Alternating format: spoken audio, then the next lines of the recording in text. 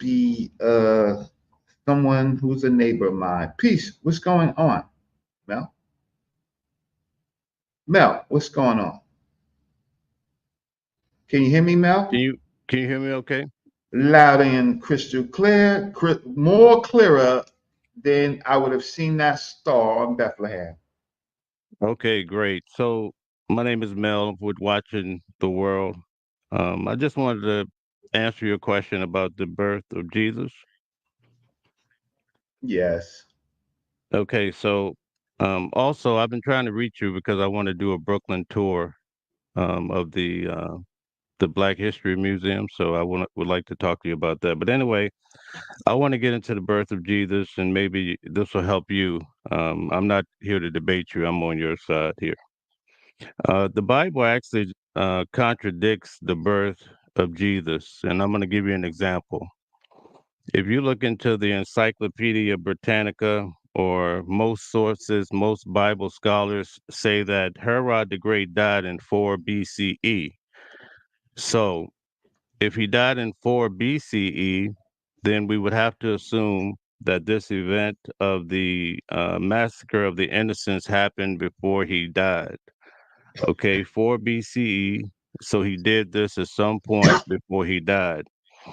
But when you go to, and this is in Matthew, Matthew breaks down the life of Herod the Great.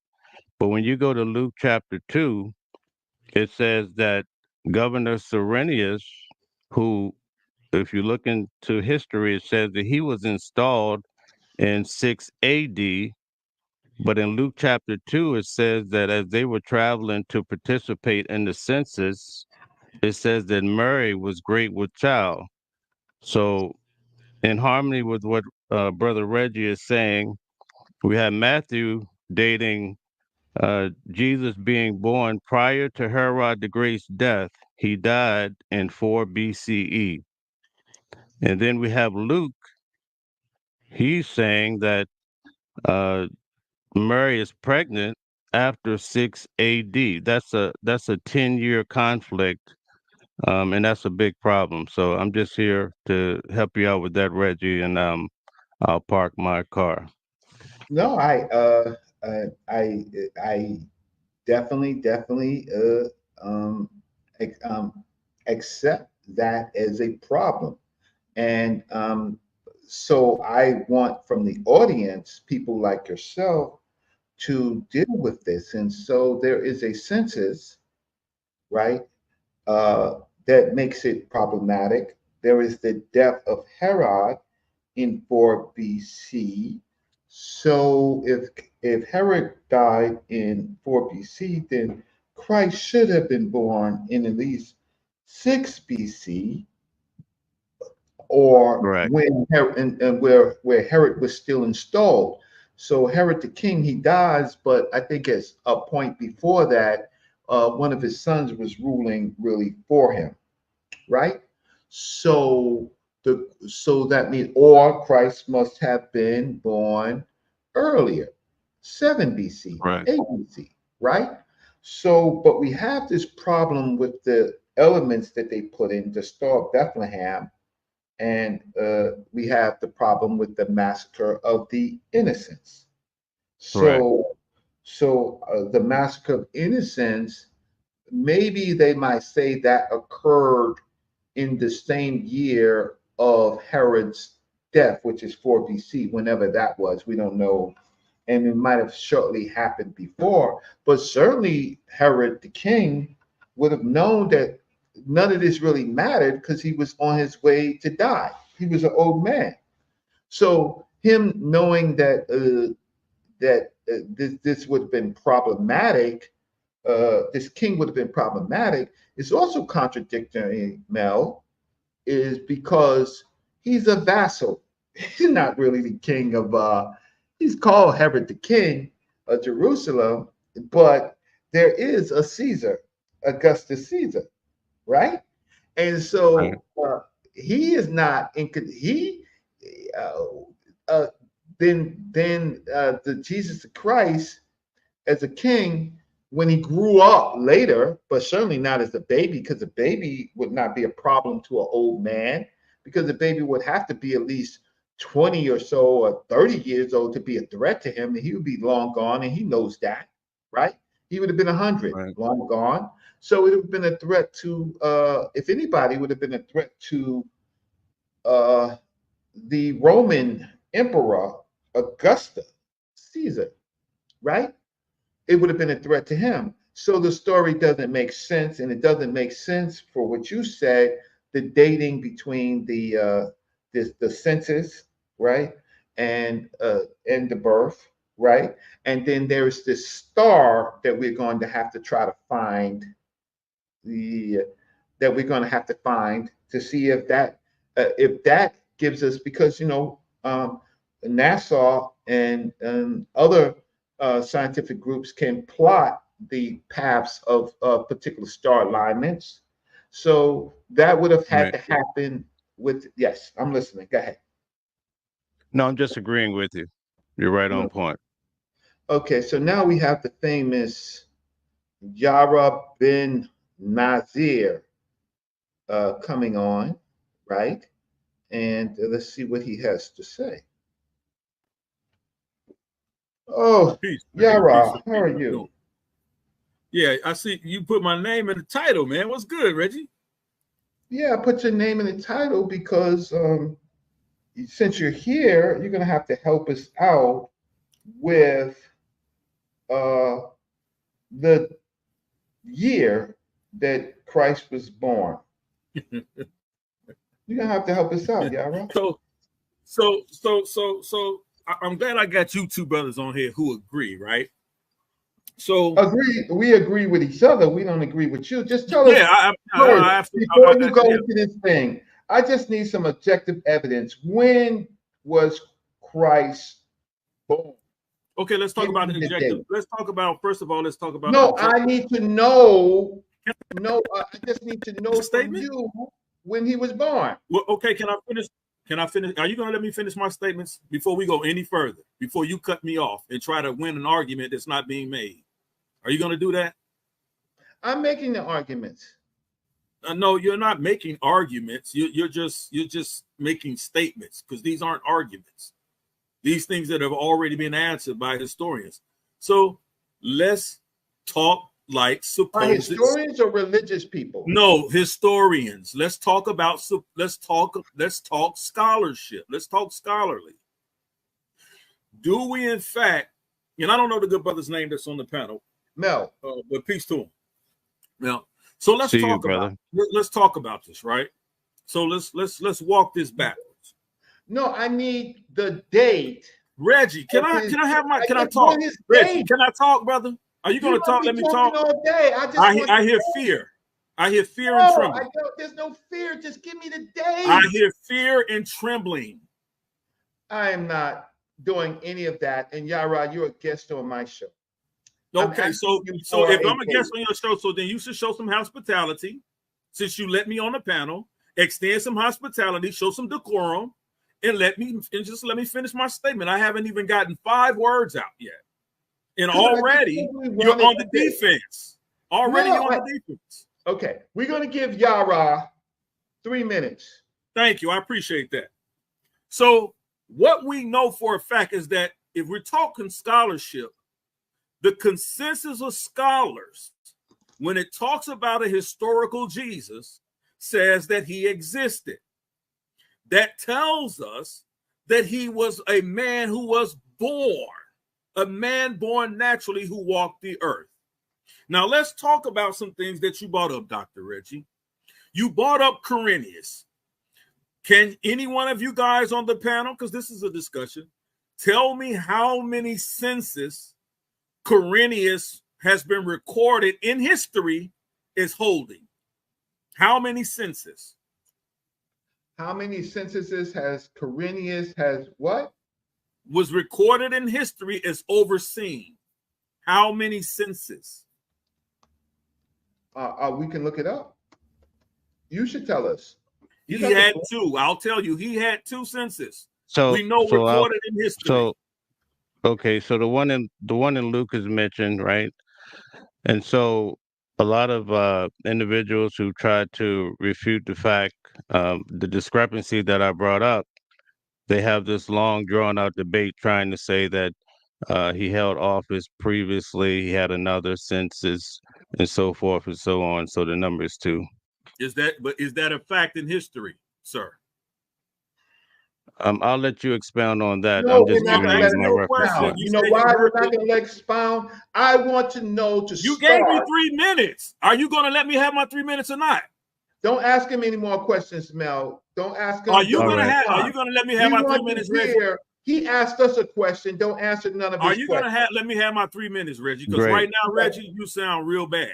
You got 2 minutes. No, not from you. You You are. sound real bad. What we No. know is that Quirinius held 2 censuses. One of the censuses was during the time of Herod the Great. The other census was held during the time of his son. Right? We also know that according, can I share my screen within these 3 minutes? Can I do that within 2 minutes? You got less. Yeah. You Can I say share my screen? Yeah. Mhm. All right, let me share my screen. Right? Let's do this. Right? Gonna help you out today, Reggie, if you don't run.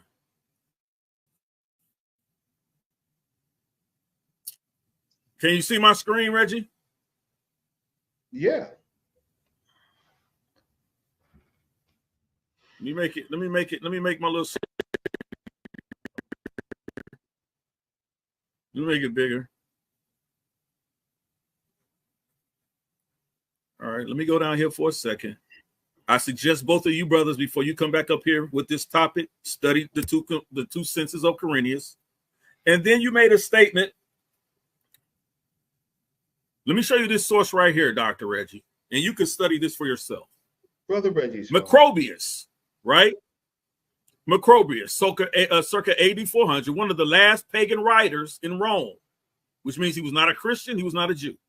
In his book, Santinelli wrote this: when it was heard that as part of the slaughter of boys up to 2 years old, Herod, king of the Jews, had ordered his own son to be killed, he, the Emperor Augustus, remarked, "It is better to be Herod's pig than his son," right? This is cited in Brown, 1993, page 226. Macrobius may have gotten some of historical facts garbled, but he could have given us a chronological key as well. If he was referring to the death of Antipater in 4 BC, the slaughter of the innocents would have been one of the last, if not the last, brutal killings of Herod before he died. What is also interesting is the wordplay in the quote attributed to Augustus: pig and son are similar sounding words in Greek.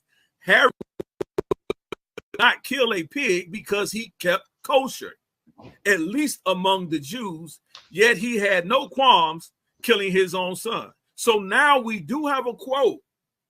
We do have an historical recitation or citation of Macrobius writing in 400 AD, stating that there in fact was record or some saying during at least 4 BC, during the time of Herod Antipater, not Herod the Great, right? Well, the death of Herod Antipater, who was Herod the Great in 4 BCE, right? That we know that there was a slaughter of innocents that possibly occurred. And I'm saying possibly because I'm being as scholastically honest with you guys as I possibly can. So I don't think Reggie, you're really familiar with this work. Time. Time. Okay. So, I'm gonna leave your panel after that. Chew on that, Rick. Time. So Elder Yara wants to bring up a source that's 400 years to make his point. 400 years, and Macrobius didn't cite anything, any author, scholar prior to him making the statement. So a Hebrew Israelite, not all Hebrew Israelites, but a Hebrew Israelite like Yara will pull up a source 400 years to make a point about something that we are trying to discover, which is the simple question: what year was Christ born? And that's the only question that I asked him. Yep, exactly. Again, And no, you don't get to oh, talk. my bad. Oh, my bad. My No, bad. you don't get to talk. Yeah, you're not gonna So, get in the ring. You're a coward, Reggie. That's all I came on to say. okay, You're a so coward. you can't So I'm watch out of this. here, man. Peace. Yeah. You didn't make All a right. good point though, So, man. huh? Say what? What you say, Mel? I just say he didn't really make a solid point. I don't know No, he what his made no point. purpose is, you know. And Jabari would cook him, and you would cook him too. So Yeah.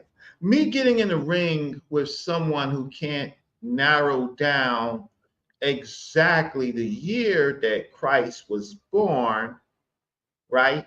And then start talking using something that someone wrote 400 years later shows, I'm not going to be disrespectful, but shows that that is not a scholarly exercise. And to raise the question, how many censuses that he had, uh, that doesn't help him. That's just words, because Quirinius, if he had two censuses, we only care about the census that was around the time that Jesus was supposedly born. We only care about that.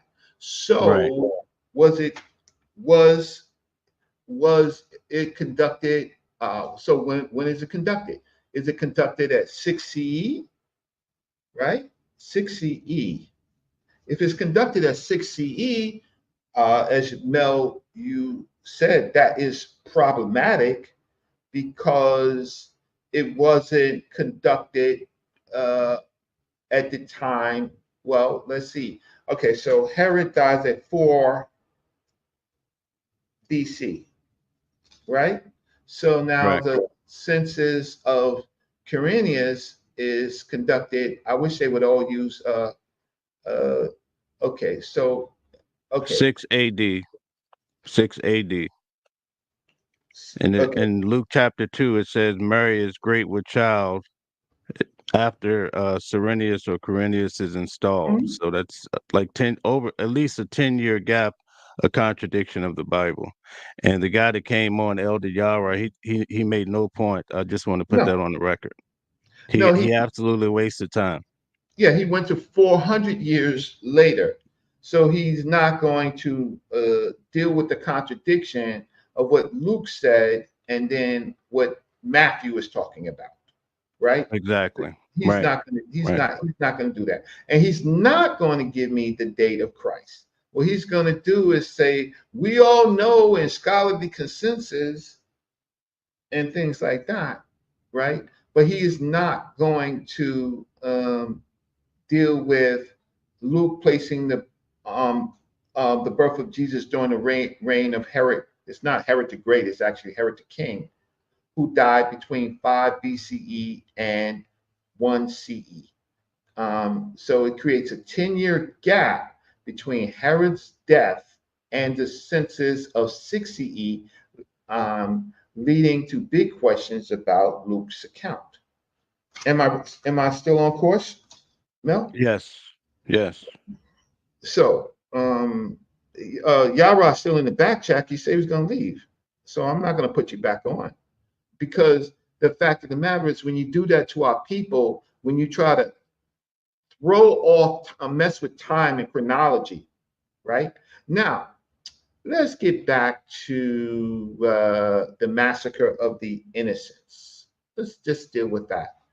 So the massacre of the innocents, it seemed to have happened in Bethlehem, right?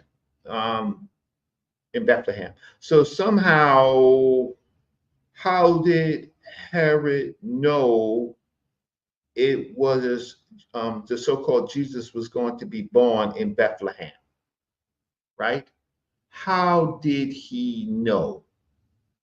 And and keeping in mind this sentence contradiction, because uh, Joseph and Mary are supposed to be going to Bethlehem, I guess, themselves to be recorded in the census because of some relationship to the line or something like that, right?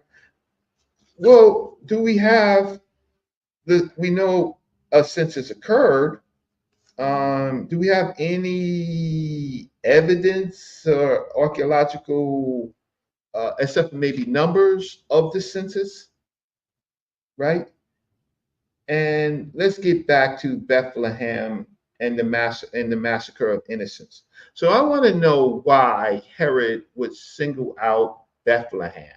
It appears again from my other analysis, my other thinking, not analysis, but my other thinking is that the Magi's, they seem to uh, come to Jerusalem inquiring about some birth of somebody that they had, and they're trying to talk to the Jews. Why would these Persians are interested in telling the Jews that they have a king? It can't be a Messiah because the Messiah has to be anointed, right? So we can't use the Messiah. So we have to use that there was going to, or well, someone would be anointed. When would this person be anointed? But not resolving the year of Christ. This is the most important person to Christendom, the most important person to this religion that Christians and Hebrew Israelites and others believe, and they can't get the date correct. Correct. And can't now we have the Gospels, we have Matthew and Luke, right? And we can't get any uh, kind of we can't sync Luke and Matthew. No. So yes, I want to listen to you because this is an open line, except for yeah. So let me see what people are saying. So now Eric Madison, let's just do all this stuff out here. Eric Madison says he was anointed by John the Baptist the Liberty. Eric, we're not talking about that. We're talking about Jesus's birth. Can you stay focused? Uh, right? Patterson says that I'm off. You have to put how I'm off on. I want the birth date, the birth year of Christ. I'm not off. You are off, right? Hey, Barn Dog, peace to you, right? Okay. So, however you shake it, Mary and Joseph are supposed to be in Bethlehem during this census. At the same time, there's supposed to be some astronomical event happening, and at the same time, the Magi's were supposed to go and stupidly, with people with another faith, go to Jerusalem and then alert the authorities that a king is who they shouldn't even care about. They should care about their own people. So when we ask the simple question to help fix all of this, show us evidence of the year that Christ was born, all we have is speculation. What else do you have to say, Mel? Can you inform us more? Because I'm not going to do this I would alone.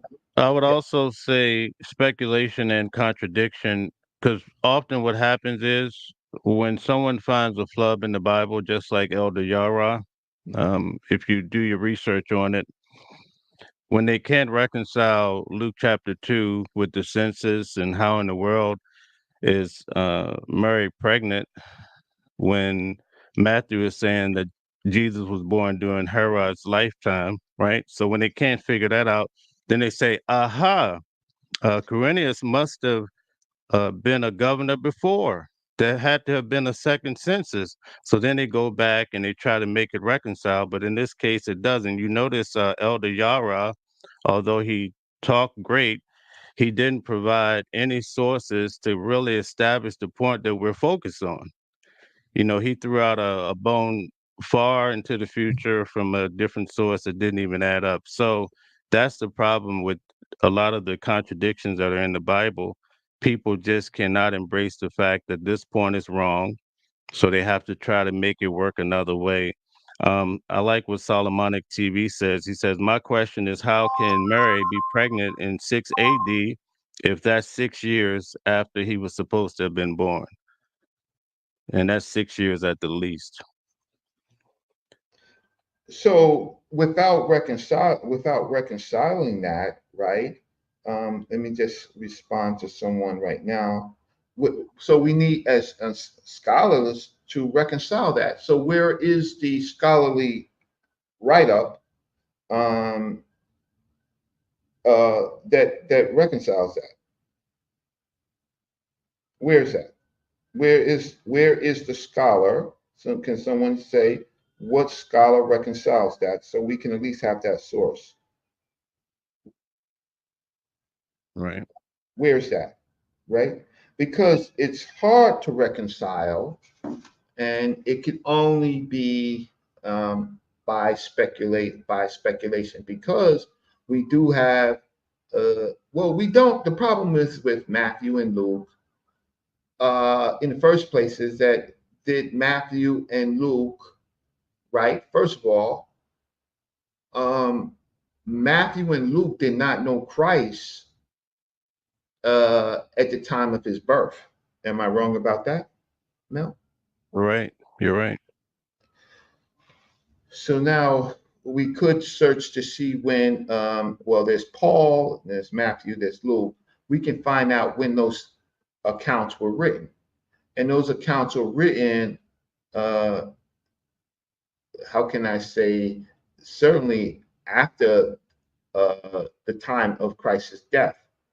And we don't know who wrote them. Am I wrong about that, Mel? Do we really know who wrote Absolutely. them? Right. So we No, don't no, we know. don't.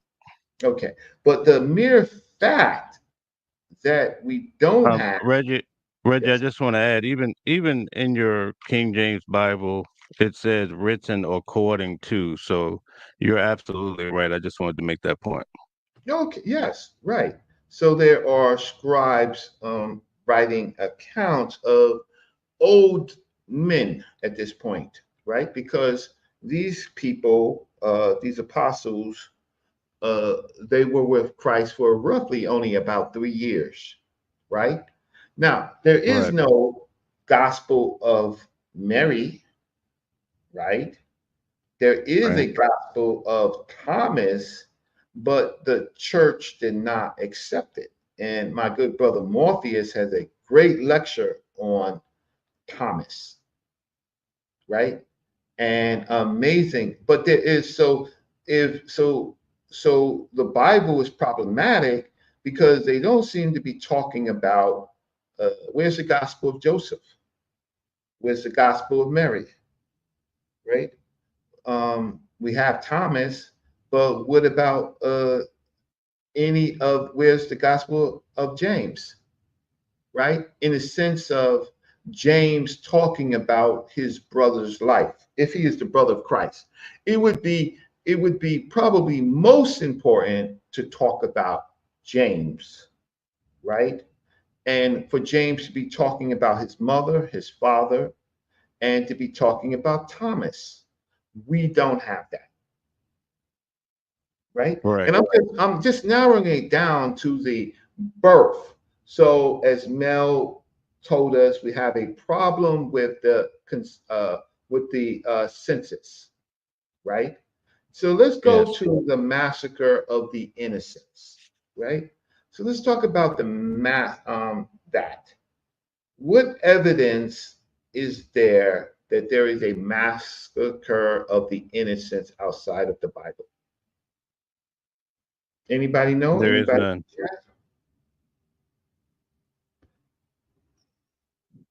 No Because we record. need the massacre. We need the massacre of innocents for the Jesus birth story, right? And surely what happened after Jesus was born. Okay, so someone says there is a Gospel of Mary, that's Yara, in what? In not in the King James book. So now this is funny because they would use the Apocrypha when they want to, but then they don't want to use it when it contradicts. My man Gordon Sam Hines is in the building. What's going on, Gordon? Right? So let's talk about evidence of the massacre of innocents. We know Herod the Great was crazy. We know that he was old. We know that Herod the Great killed members of his own family. He went bananas, right? But the problem is, at this point, he's somewhere around 70-year-old man. He's about to die, and he is concerned about a rumor of a king, right? Uh, a rumor of a king in his late life. Now, I know earlier Herod was obsessed with Caesarion. Anybody know that? Mel, you heard that? No. Okay. Well, uh, I think around 30 BC, Cleopatra, you know Cleopatra, right? Yes. It was Julius Caesar awarded Cleopatra kind of uh, governance of Jerusalem. Anybody know that? Press one in the chat if you know that, right? So this is 30 years earlier than this. So Herod is about, I don't know, 35, 40 or something like that. So Julius Caesar, this is the time of Julius Caesar, he awards Cleopatra governance of Jerusalem. But Cleopatra has a son named Caesarion, right? Now, I do know that Herod was triggered about that, and there's enough references to show that he hunted, Herod was trying to kill, uh, uh, Herod was trying to kill Cleopatra, right? And couldn't really kill him because of he knew he would be executed by Julius Caesar. So ultimately, and Caesarion would have been king of kings of Jerusalem, right? And Caesarion already had that title because Cleopatra, she mimicked or paralleled herself to Isis, the Greek Isis, not the African Isis, but the Greek Isis, and using the African story. And her son was like Horus, right? So she kind of mimicked that in the story, and but nevertheless, is trying to Herod is trying to kill Cleopatra and Caesarion, right? Because that's a threat to him. So if they just happen to die, and he put enough space among himself and the death, then that would not be a threat. But he was really trying to kill Cleopatra and the child because that was a threat to him. And then they flee. Watch this. They flee back to Egypt for safety. And it seems like this story of the later Jesus fleeing to Egypt has a lot to do with the parallel of this Cleopatra fleeing with her son back to Egypt. And the massacre of the innocents seems to parallel a lot with the Moses story of killing the firstborns, right? Now, we don't have any record of the massacre of the innocents, except for the biblical source. That is the only source for the massacre of innocents. Can someone else tell me if there's another source? Okay, my brother Philip Baines is in the building now. I respect Philip Baines. I think he's objective. I don't think that he has his faith in Christianity. I don't think that history will deter him from his faith, but he has to, but he does listen to history, right? And he's been on a museum tour with me. That's my brother. So somebody said, ask a question with one. So I don't know if I did it. So let me just see what's going on with that. All right. So the massacre of innocents, let's just deal with that, right? So let me just check my sources, because I know that there's only one source of the massacre of innocents. And it seems that Josephus, who they rely on when they want to rely on, he doesn't talk about it. So, so let's just get to that. Give me a second. You can say anything that you want, and I'm gonna put in a link again. Yara, you invited yourself out, so I'm not gonna invite you back in.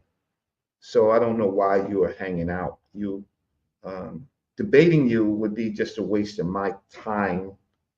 It would be entertaining, right? And it was already entertaining when you embarrassed yourself by going to 400 AD. Am I wrong, Mel? Am I wrong No, about that? you're absolutely correct. If he's going to debate you or someone of your caliber, he has to tighten his game up. Um, and so tighten this game up. Um, look, if you can't just answer the simple question, when was Jesus born, what year, that will help us out sync a whole lot of different things, right? But he can't do that. So that's and he can talk tough and talk about I'm a coward. Obviously I'm not a coward because I'm handling this show. Um, and he embarrassed himself by not answering the question. So let's get to the massacre of innocence. So sorry about that. I'm sorry, family, that we have to do this, but I'm at the cornerstone of teaching you all how to deal with an apologetic Hebrew Israelite. Now I have a good brother on. This is my Israel doctrine is my friend. I don't agree with Israel. But Israel has been my friend for a long time. And when the Hebrews were, when the community was attacking me over them saying I was giving information to Nazi Yasserel, well, Israel doctrine, and I'm talking about the conscious community. I'm talking about my own people was attacking me for answering some questions about the to Nazi Yasserel, and they're saying that I was giving him some damaging information about Egypt. Then why would I do Kim on trial? I don't understand that, but that's what they in fact said. But my brother Israel doctrine, he said, well, Reggie, let me hear you out. So I will always respect him.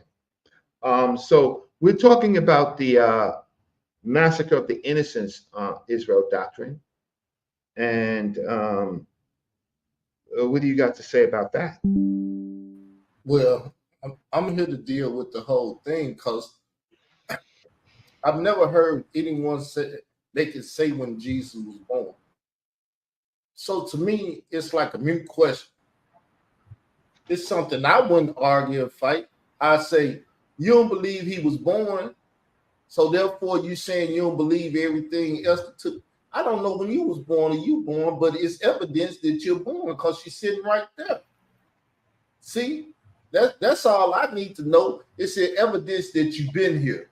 Because that's how you prove that someone was born and in the world, they did something in the world. If you don't have that, so I don't see why the question, but I'm here. Well, so it does because we have to people rely on the Bible for some truth and for facts, and so the biblical accounts of of Matthew and Luke's contradiction, if we were to accept them, we see that that is problematic and contradictory. So that means I'm not going to argue against the historicity of Christ. I'm not going to do that right now. That's for other people. Jabari got a whole debate coming up on that. I'm gonna leave that alone. I'm gonna leave that to Jabari. I'm the one to deal with I deal with the death because he said I'm gonna be in the grave 3 days and 3 nights. Easter Sunday is a lie from the Roman Catholics that they made up and said Christ resurrected on a Sunday, but he resurrected on a Saturday. He died in the midst of the week. That's is written in the book. The midst of the week, midst mean middle. So that's Wednesday, Thursday, Friday, Saturday. And he died on a Wednesday evening. You got to count the night, the day, the night, the day, the night, and you got to do the math. If you do the math, you'll see that it's 3 days and 3 nights. That's how I put my faith. Okay, well, let's get back to the birth of him, right? We're not talking about the death of him on this show. That's another story, right?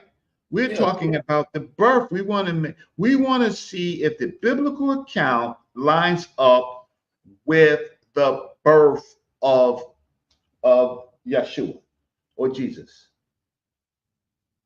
That's all we want to do on this show. We want to take it step by step. We don't want to go under 400 AD, right? We want to know if the year of the birth of Christ lines up with the massacre of innocents, lines up with the star, lines up with the census. So y'all understand he got the evidence for that? Yeah, 400 years later, he got the evidence. So Reggie, Yeah. one other point is, remember the account in the Bible where Jesus is 12 years old and he's left behind in the temple? That's based off of Luke chapter 2. That's that timeline that links up with the census and Mary. Right. When you try to tie that in to Herod's lifetime, you're gonna have a serious problem. Jesus would have been 30 years old probably by then, or 20 in his 20s by then. So it's definitely a contradiction. So we don't know when. We need to know the year of Christ, right? To reconcile. I'm not trying to say at this point Israel doctrine into my Christian family, right? Or my Hebrew Israelite family. I'm not trying to argue the historicity of him after his birth. I'm not saying that there wasn't some man that they ascribed all these miracles and things to, right? Prior. I'm not doing that now. That's for Jabari or Sase. And if a mod can put up that debate so that I could promote that debate, but I am getting to the point of if they can't answer the year, right? To line up with the massacre, the so-called massacre of innocents, then we have a problem, and the Bible does not help us. The Bible doesn't help us with his birth, right? They will talk. Well, they will talk about Herod, right? Because Herod is very, very well documented, right? But the problem is why Herod would listen to some 3 shepherds or magi's walking all the way 200-300 miles to Jerusalem to alert the authorities that a king of the Jews, like, mind your daggone business. It had no benefit to the magi's that they got a prophecy that those that were anointed, those Hebrews that were anointed, that followed the Torah, were they dumb? God gave it to the Magi's and didn't give it to the Hebrews. And even if they, and and then for the Magi to go until the Hebrews says that the Hebrews, they weren't too bright. Go ahead, Israel. You And don't think the I Magi, can listen to you, but I'm gonna get some water. Huh? you don't think the Magi was God's people? No, they were idol worshippers. They weren't Jews. Where in the Bible does it say that they were? There's other people outside of the Jews that, or the Israelites, I would say, that worship the God of Israel. There was a mixed multitude left out of Egypt with the Israelites. Okay, well, that may be true, right? But we're talking about the Magi's. Are they talking about El?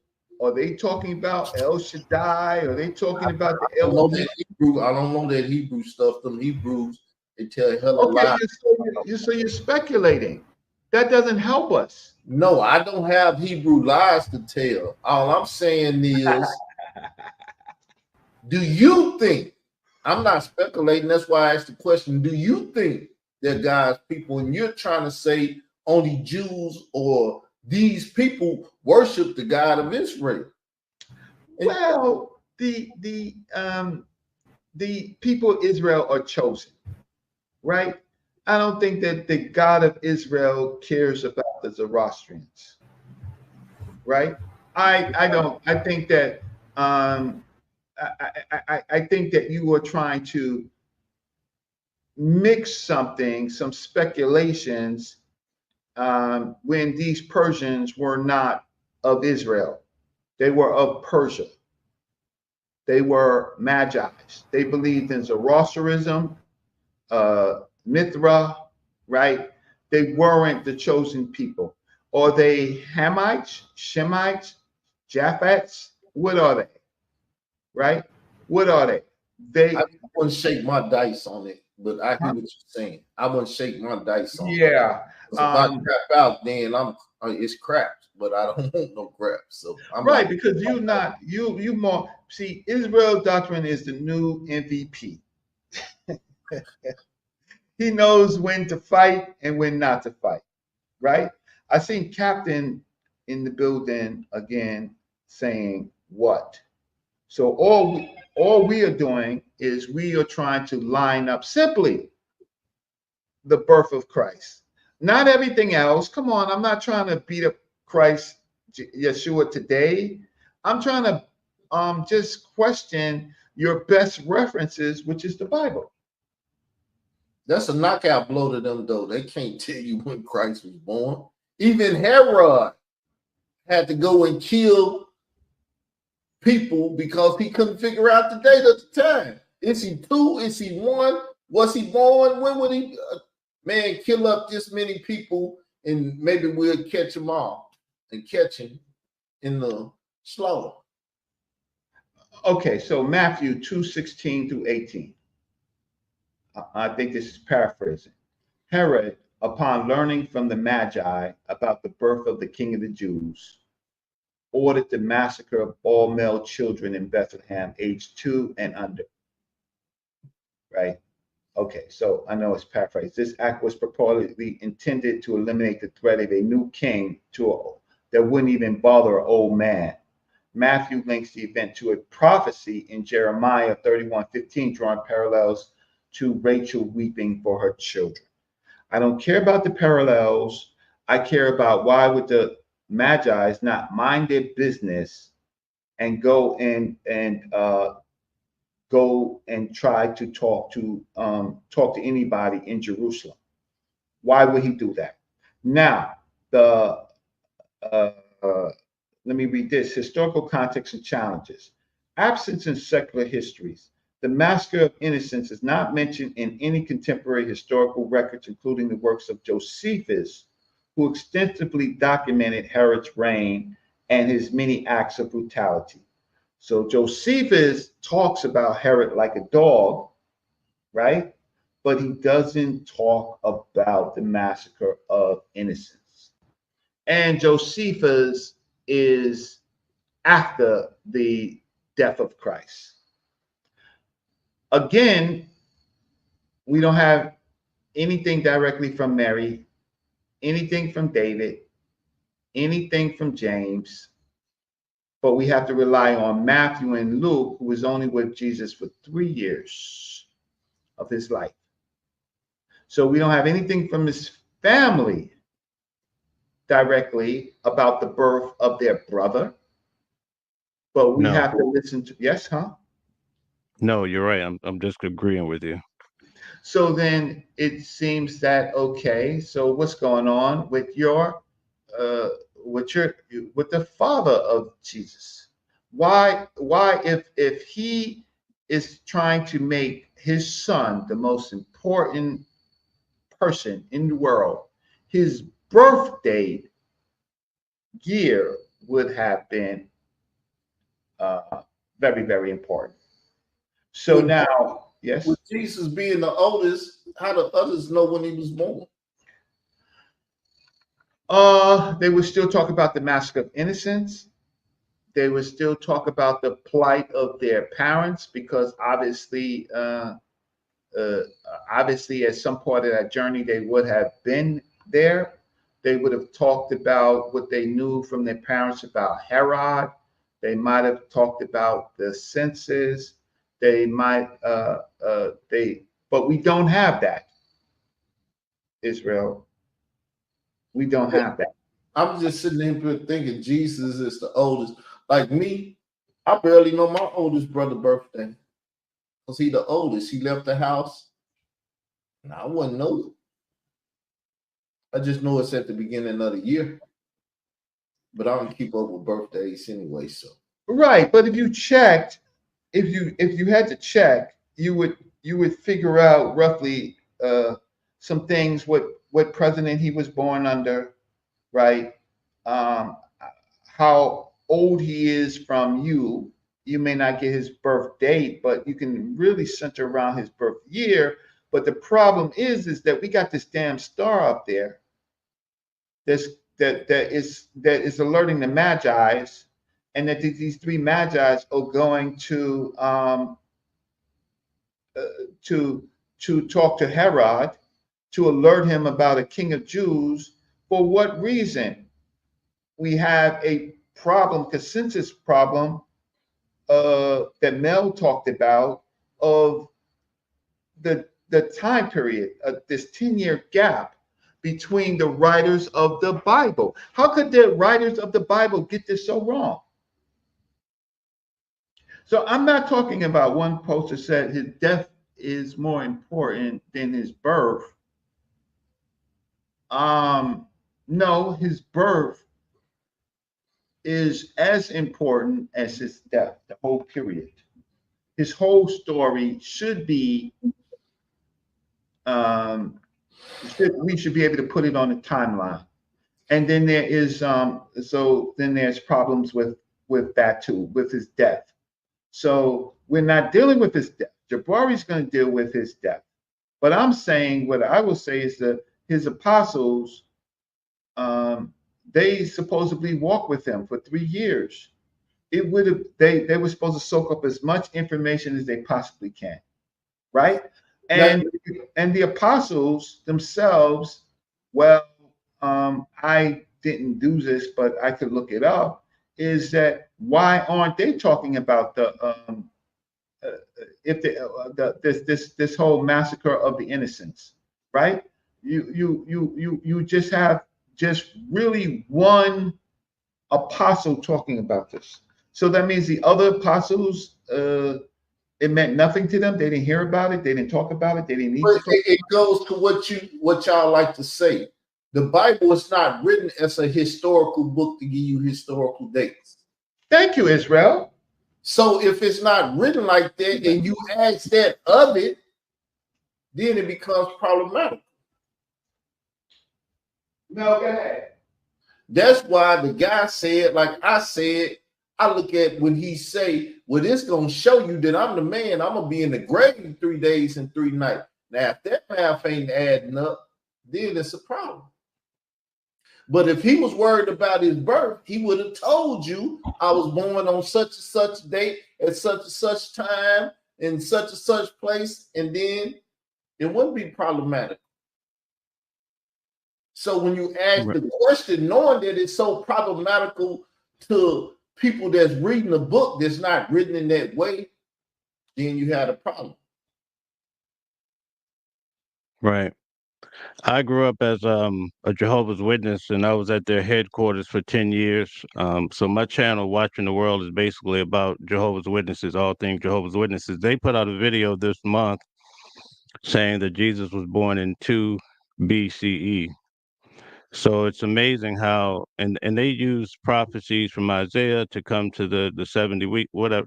They have this whole formula that gets there. But depending on the Christian that you're talking to or whomever, they all have a different timeline or different philosophy. Okay, so I have another guest on. I'm so sorry. So this is Kim Medu. And remember, I'm not trying to debate. I'm just trying to put some things on the floor and see where it goes with Peace, my man. smart audience. Kim Medu, what's going on? What's going on, brother Reggie? Man, good to see you. Shout out to the panel and everybody listening in the chat. I think this is a good topic because I did have like 2 questions based off the topic, because they say Jesus Christ died around or at the age of 33. But if you can't get the year that he was born in, how did they come to the conclusion of what year he died? Because in the Bible somewhere, I forget the scripture, but it say that he was ministering around the age of 30, and he ministered for about 3 years and before he died. So what did they get the actual birth date to say that he died at that age? That's just kind of crazy without a date. Yeah, and if we make it more complicated than it is, let's just get to his birth years, birth period, and let's make that reconcile. Why has it got to be so mysterious, right? And then the other things that are thrown out, the massacre of innocents. Where how can we verify that, right? Um, is there how many accounts of it? Is there any third party, right? So we can't reconcile that. We need that to help us reconcile some area of Jesus' birth, and then we have to reconcile it with this star of Bethlehem, right? Without that, you may have a living person that appeared in this period, but the most important man to Christendom, right? You know very little about his birth. Now I can leave it as that. I can accept what Israel doctrine is saying. I don't have a problem accepting what Israel doctrine says because he's a man of faith. Philip is a man of faith. I have a problem with pseudo scholars that are going to try to use real chronology, right? I have a problem with that, and when people say we all know, and these are all defensive arguments, right? Where there is real skepticism and real criticism, right? And people, real scholars can debate about it, but there is no real historical evidence or plausibility that this actually happened, historical plausibility that this happened. Yes, Israel. So this scholarly thing, because this is what it's turned into. I never liked that term in the community because liberal art people are somewhat scholars. The HBCUs, they go to school, they learn about the liberal arts and stuff, and they come out here and then it's let's get scholarly because they're good at research and they was taught how to research and do things. And the average so-called believer haven't been taught these things. If you're a Sunday school person, it's likely you ain't been taught number what the preacher been saying or whatever the spirit hit him with. Israel, you're right about all of that. And I don't have a problem with all that. I have a problem. I just want to know when was the year of Christ born. That's what I want to. That's where I want to start. If I can't find any historical evidence of that major event, and if the Bible only offers speculation, then I can say that people need to review everything that the Bible says. Because if they are not clear about the birth of Christ, then I can't, I have to be skeptic, right? I understand that. I have to That's be, to give certain terms to people that need evidence to believe and don't believe unless they get the evidence. If I ain't got it, I ain't trying to listen to that. And I don't have no problem with that, because my belief is if Christ coming back and he pop up out the sky and you need to know that you see him, then you'll believe. Will you repent at that time? Would be the question, though. yeah, but if it don't happen, and if it don't happen in my lifetime, right? How does that help me today when I'm suffering? Why do we always have to be the suffering people, right? So many of this stuff is not making sense, The brother right? wants to speak at the bottom. I got one more question. Would I be wrong to say, right, since they trying to prove that the biblical Jesus was historical, would I be wrong to say if they not giving all the attributes to him from the Bible, that the person that has all the attributes is then a created fictional character created from a real person? Would I be wrong for that, or what? No, you wouldn't be wrong with that. But that's your point of view. What we're here to find out is, can we rely on the biblical writers on the birth of Christ, given history? Can we rely on what they said? Is it gold or is it fake gold? Right? That is what we are trying to figure out. And should we now then, after if the birth of Christ is problematic, I then I have to be skeptical on everything else that happened, and especially the counts of the same apostles who got his birth wrong, Mm-hmm. That's a good one. right? So I have to be skeptical of everything that is said, but I don't have the faith. I'm not upsetting the faith of Christians. You can have your faith. I don't have a problem. I have a problem with so-called people who are coming in this community and calling themselves scholars, right? Proving this. So Yara is still in the chat, even though he exited himself out. So we call me a coward. Because What you gonna do? Call me a coward again? I told, I already told him that that's gonna be that's the whole angle to the debate, right? The moment he asks, is that what you believe in? And as soon as they say, yeah, you believe Can you Jesus take your is hand God, from your then mouth? that's Because this, I can't hear you. Can you take your hand from your mouth? really said after that. Because He you're might not not gonna even be able Yara.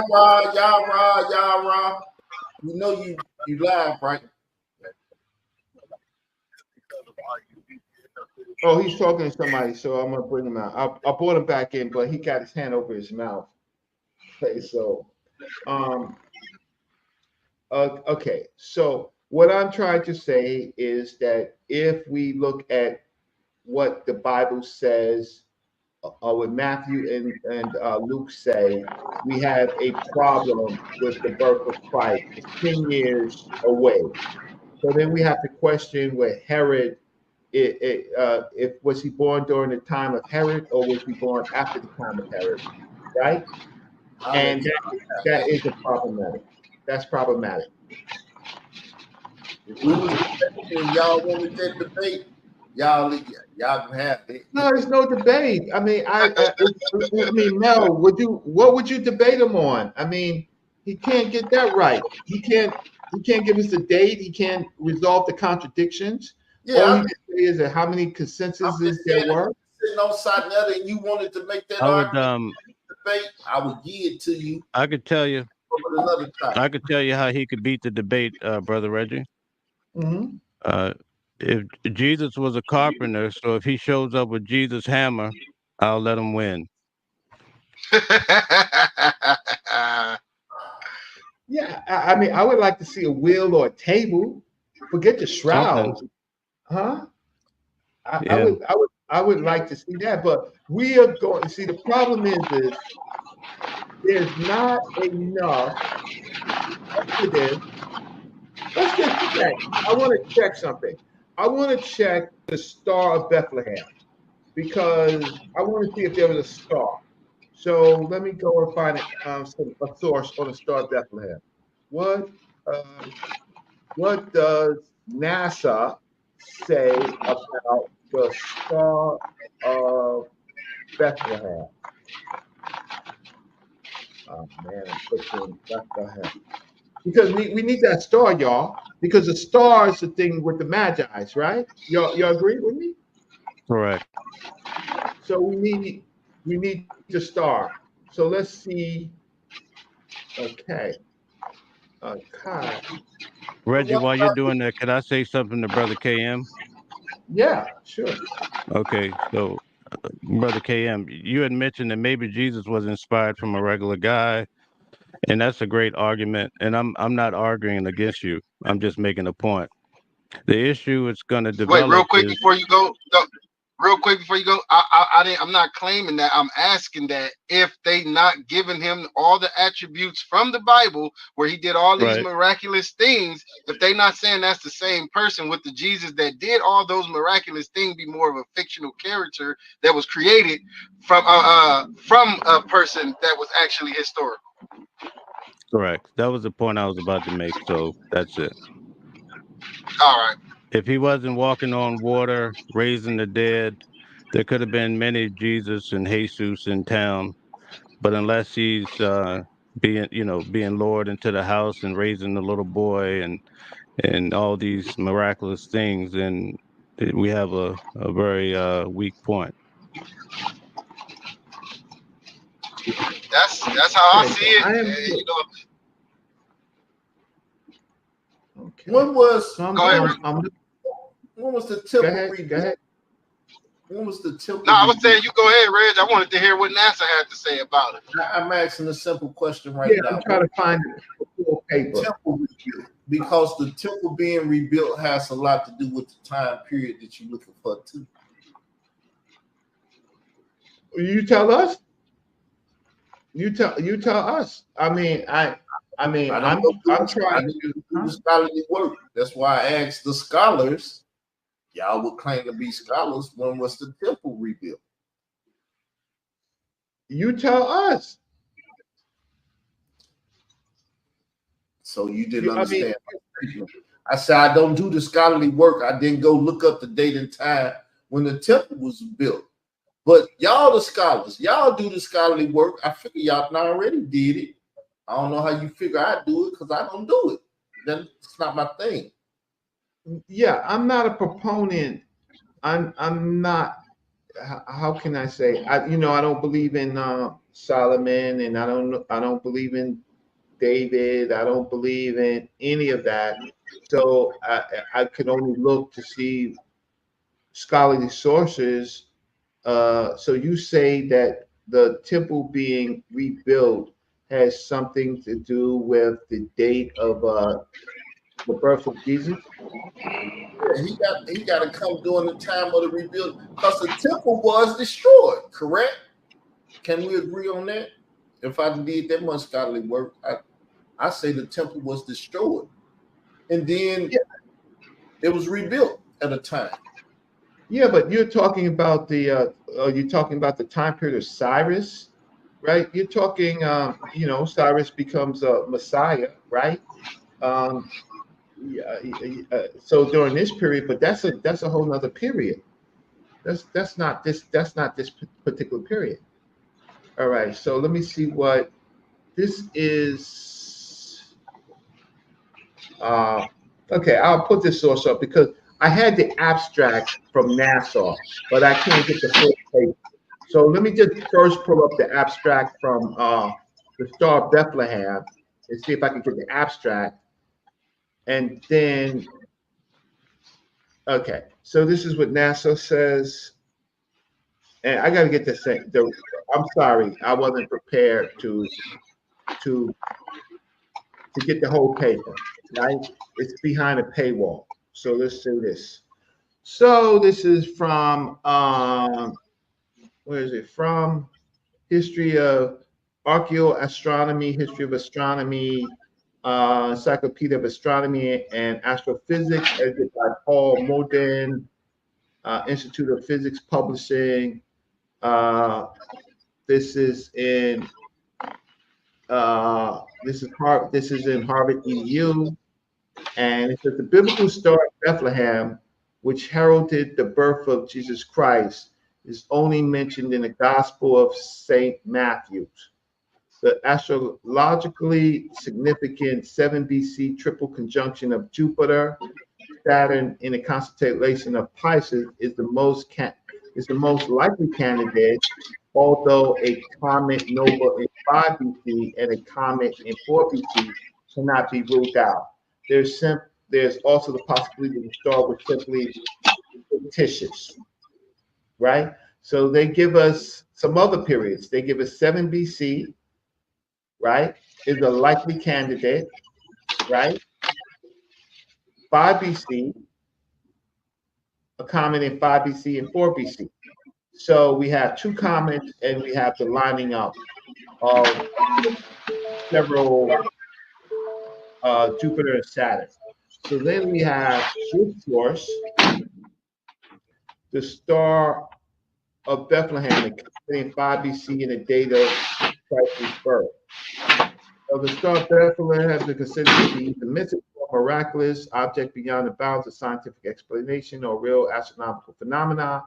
The question of whether a celestial phenomenon reported in ancient literature in a historical context was a real astronomical object is one which occurs quite frequently. In all such cases, it seems best to consider as a working hypothesis that the report is correct and to investigate whether any astronomical phenomena exists which fits the report. Thus, tentatively, we take seriously the references in Matthew's Gospel and other ancient literature to the Star of Bethlehem, which is cited to appear near the time of the birth of Christ. It has to be at the birth of Christ, right? At least within a week period. So at least watch this. The problem with this is that the Magi's seem to understand that there is this phenomena going to happen, right? So they can't do this with a comet, right? They can't do this with a comet. They would have to. It would probably mean that they would, by their sciences, that they see the lining up of these constellations. Okay, that would be the best thing because a comet now sighting is, how many days, and it's moving. So for it to be all over just on Bethlehem is problematic as far as a comet is concerned. I mean, press 1 if I'm wrong, or give me some help. Give me some help. Patterson says John the Baptist was conceived during this time. That's fine. Why didn't he die in a massacre of the innocents? If who else? How come other biblical period people are not talking about their families dying in this area? The population of what and how many people died in Bethlehem? How many people actually died? So we can ask that question. But I'm getting down to a comet. If it's a comet, how long does a comet appear in the sky? And would it appear? How long? Why would it appear anywhere close to Bethlehem? So now it says if an astronomical object can be identified with the characteristics described in Matthew and other ancient manuscripts, this information may throw light on the of the date of the Nativity. In 8525, a Roman scholar and monk, Dionysius Exiguus, fixed the 80 origin of our present calendar in the year of our Lord, so that Jesus was circumcised in the year AD 1 or 1 January, 8 days counting after the birth on 25 December the previous year. Okay. So what did that say? From 20 BC to 810 have been given for the year of the Nativity.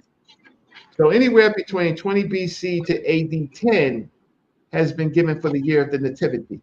So the Bible story, according to the writers of the Bible, that's problematic. Concerning the day, although 25th December is firmly fixed in the calendar, this is unlikely if the arguments in the present paper are accepted. In the article, we uh, consider a combination of astronomical and historical evidence, which may be used to identify the Star of Bethlehem and determining the date of the Nativity. The earliest account of the Star of Bethlehem is Matthew 22, 1 through 12. Most scholars accept that the final text of the gospel may have been composed in about 80 from sources written in early times. Presumably, one of these sources recorded the Star of Bethlehem in the visit of the Magi. The account of Matthew describes how the Magi saw a star which they believe heralded the birth of the Messiah, King of Jews. They traveled to Jerusalem and informed King Herod of the time when the star appeared, which indicates that the star was not a customary sight. The advisors of Herod told the Magi that according to the prophecy of Micah, the Messiah should be born in Bethlehem. So the Magi journeyed there. The star moved before them and stood over Bethlehem. That's an illusion. The Magi found the place where the child was and presented him with gifts: gold, myrrh, frankincense. You know why that was, right? Because there's prophecy that he was going to be born in Bethlehem. Yeah, because that's the prophecy of Micah, right?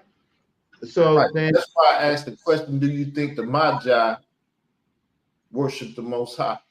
But I'm just saying that, okay, so what? I don't know. I don't think so, right? Because they're called Magi. They're not called.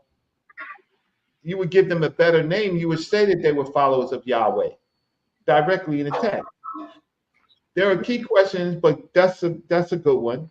You can say that though, but it's like the people that call themselves Hebrew Israelites. I would say they're not followers of the Most High, though they claim to be Hebrew Israelites. Is saying we're followers of the Most High. No, they followers of Satan, the devil, and the serpents of the Most High. The Hebrew Israelites are like the Magi, in the sense that just because they got a name, don't mean they worship or don't worship the Most High. Names don't say who you worship unless you name yourself right. Okay. False names, you worship false gods. You worship false stuff. Well, it would be helpful if the biblical writers were a little clearer, but they weren't. So that's helpful in speculation, but it doesn't help us in any of this stuff. So now it says there are key questions arising from the account in Matthew's Gospel and other ancient literature of the Star of Bethlehem, which the following discussion will attempt to answer. Who were the Magi? Is there a known astronomical phenomenon which fits the account of what induced the Magi to embark on their journey? So now they go into the Magi. So maybe this might answer some of your questions. The tradition of the Magi were king dates from the 6th century AD, and it's ultimately legendary. According to Herodotus, Magi existed in Persia in the 6th century BC. They were a priestly group among the Medes who performed religious ceremonies and interpreted signs and portents. And Persia, now Iran, conquered neighboring Mesopotamia, and the 4th century BC onwards. Magi was increasingly associated with astronomy and astrology. The observation of the interpretation of the stars being closely related in ancient times in Babylon and Mesopotamia became the center of ancient astronomy. In about 586 BC, the Babylonians sacked Jerusalem and took the Jews into exile. From that time on, the exile onwards, Babylon contained a strong Jewish colony. And the knowledge of the Jewish prophecies of a Savior king, the Messiah, may have been well known to the Babylonians and to the Magi. In the Hellenistic age, some of the Magi left Babylon and traveled to neighboring countries to teach and practice astronomy and astrology. which was a core educational subject in the ancient world. Thus, the first century AD Jewish scholar Philo of Alexandria stated that the student of astronomy perceived timely signs and coming events since the stars were made for signs. There is a strong tradition that the Magi who visited Jesus came from Arabia, now Saudi Arabia, which lies between Mesopotamia and Palestine. Thus, in about AD 160, Justin Martin wrote, Magi from Arabia came to him, Herod.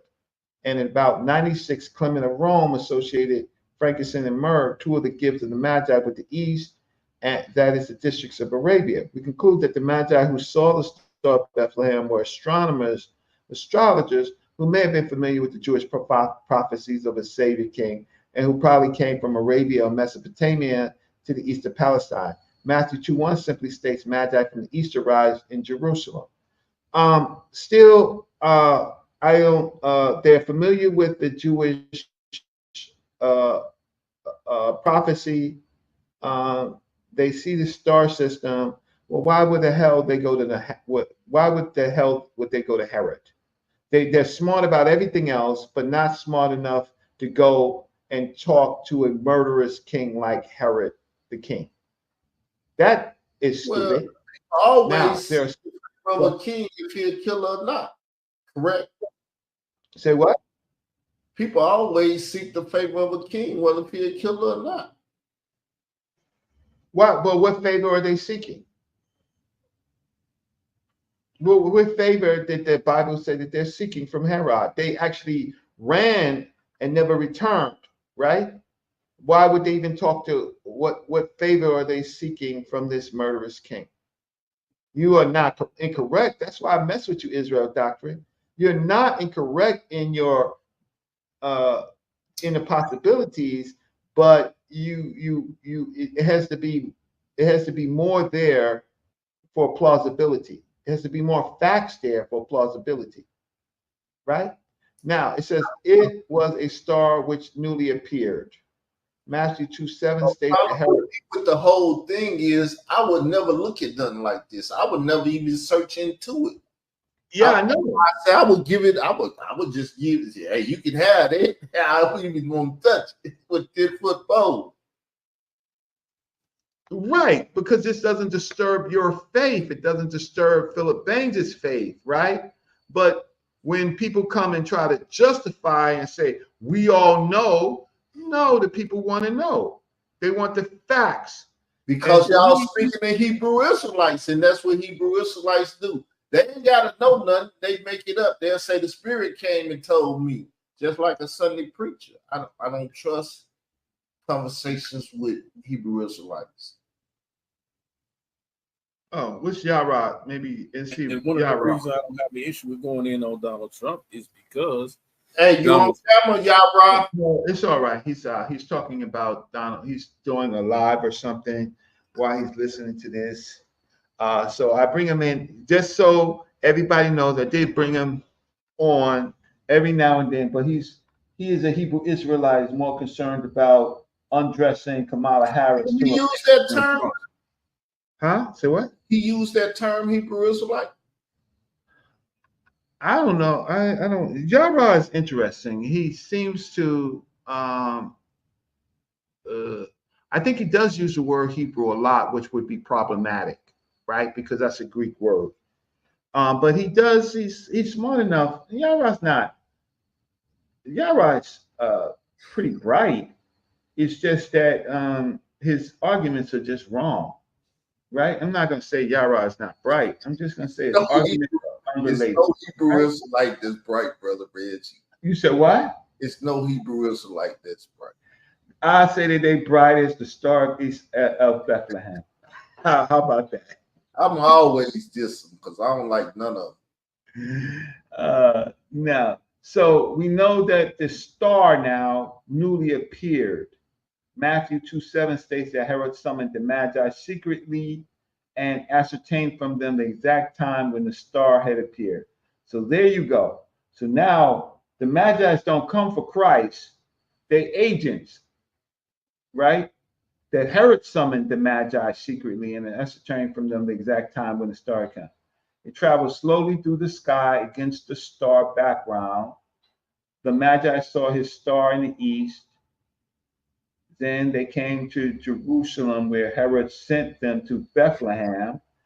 Then they were on their way, and the star they had seen in the east went ahead of them. Since Bethlehem is to the south of Jerusalem, the clear implication is that the star of Bethlehem moved slowly through the sky from the east to the south to the time taken for the Magi to travel from their country to Jerusalem. So now we got a slow moving comet, or we have some type of, if we had an alignment, that's when it would shine, like we have an eclipse. So we would have, you would probably see two, not one star, but you probably see two planets, thinking that there were stars as to when they will ultimately align. But this thing is moving through the sky. It's a celestial being, whatever type of celestial being, star, moon, anything in the celestial. But let me say this, I'm finna go. Never argue with a Hebrew Israelite. If they don't know that they should not be Hebrew Israelites, there's something going on up here, very disturbing with them. I wouldn't argue with them. But Okay. y'all have a good day. Mel, Reggie, peace. Oh, thanks for joining Israel Doctrine MVP. Let's see what Yara's talking about. Selection when it comes to black people. But that's because we don't got a damn thing from Kamala Harris to compare it to. She's given us no policy. So we don't know. And if you really look, she's now starting to take Trump's policies, right? She's supposed to do that coming out of the gate. If you think she hasn't known she was going to be the president, the Democratic president elect, come on, man. You know better than that. You already know she was in. They didn't have a runoff. Hold on, bro. Hold on.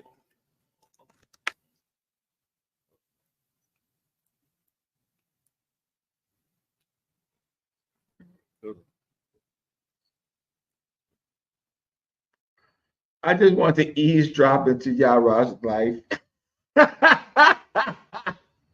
I'm sorry. I can't remove him. He has to remove himself. But I want to drop into his life. And so, okay. So I want to give you this reference. I ain't going to be too long. I do want my good brother Mel to close out, and I'll put the link in. Put the link in one more time to see if someone else wants to come in and help me with this. So what I tried to do is say the most important invite. The most important event is the birth of Christ. That's their Christmas, but yet they don't know what year it is. Whatever it is, it doesn't even line up with the Bible. The biblical people say, based on a consensus, and it doesn't line up. This massacre of innocents, there's not enough information about it. There's only one source that talks about it, and it seems to be connected to the Moses story, right? Overshadowing the Moses story, as the Bible often does, to try to fulfill itself by going into the Hebrew and creating new characters in the form of Jesus. Jesus absorbs several characters, right? And then he meets a real Hebrew, John the Baptist, who is doing this, who does this bath, and he supposedly gets baptized, but Jesus doesn't get anointed. So he's not anointed by the Hebrew tradition, but he is baptized, and so the Christians take that fine. So I think Judah Nazareth did good work on breaking down that Hebrew should be anointed, but Jesus is a special character. But Jesus does get circumcised, but then Paul, now he doesn't. But I'm getting away from the subject. I'm sorry. What we have found out today with my brother Mel and brother Reggie is that things in the Bible, the chronology doesn't line up for the most important person who is supposed to give us our salvation. He doesn't have, there ain't no gospels that really detail the life of his uh, his birth and early childhood, except for characters writing for people, for Matthew, Luke, and the rest of the apostles. Paul, I might say he did write the letters, right? The ones that are not forgeries. But I will say that the other writers of the Bible, it seemed that they were not necessarily written at that time, right? That those people lived. Some of it is anachronistic, some of it is conflicting.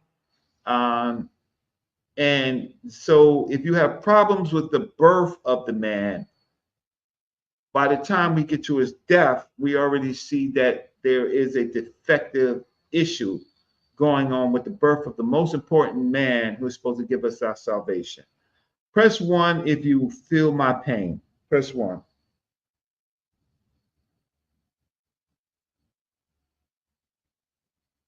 Press 1 if you feel my pain.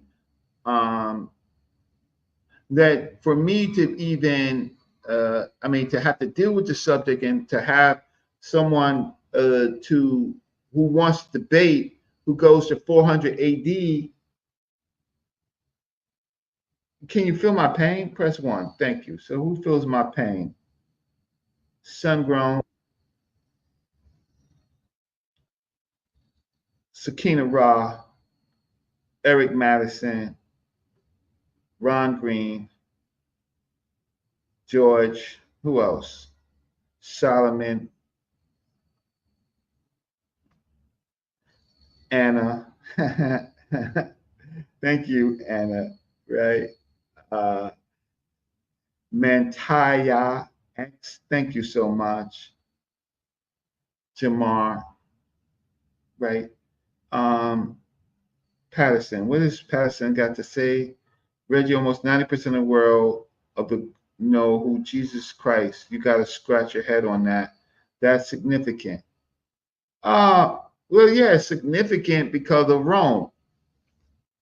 It's significant because of the oppressor does something called statism, which the state becomes the god.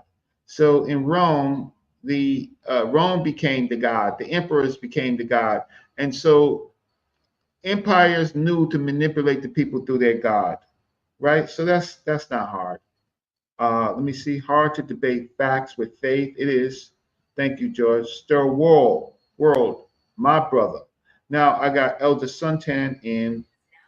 Hey, how you doing, good brother, man? What's going on? Brother Reggie, peace. Peace to the panel and everything like that. Brother Reggie, I just like to chime in and say this here. I'm not going to interrupt nobody's spiritual or what you want to call it, their belief. I don't believe in that. I'm old enough to know now that you can't persuade people about what they want to believe in. However, I do have a slight problem with all of these, whether they Hebrew, Moors, anybody coming trying to teach something that there is no factual evidence to.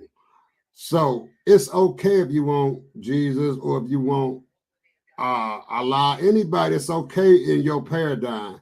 But don't try to teach nobody and then tell them they're wrong because they don't understand, because reading is fundamental. It's about, if you're literate, you can read and understand how your mind perceives it. So you don't need no elder Hebrew telling you that you don't understand the scripture, because see, the scripture wasn't based for them to tell you that you don't understand. It's based on your own analogy.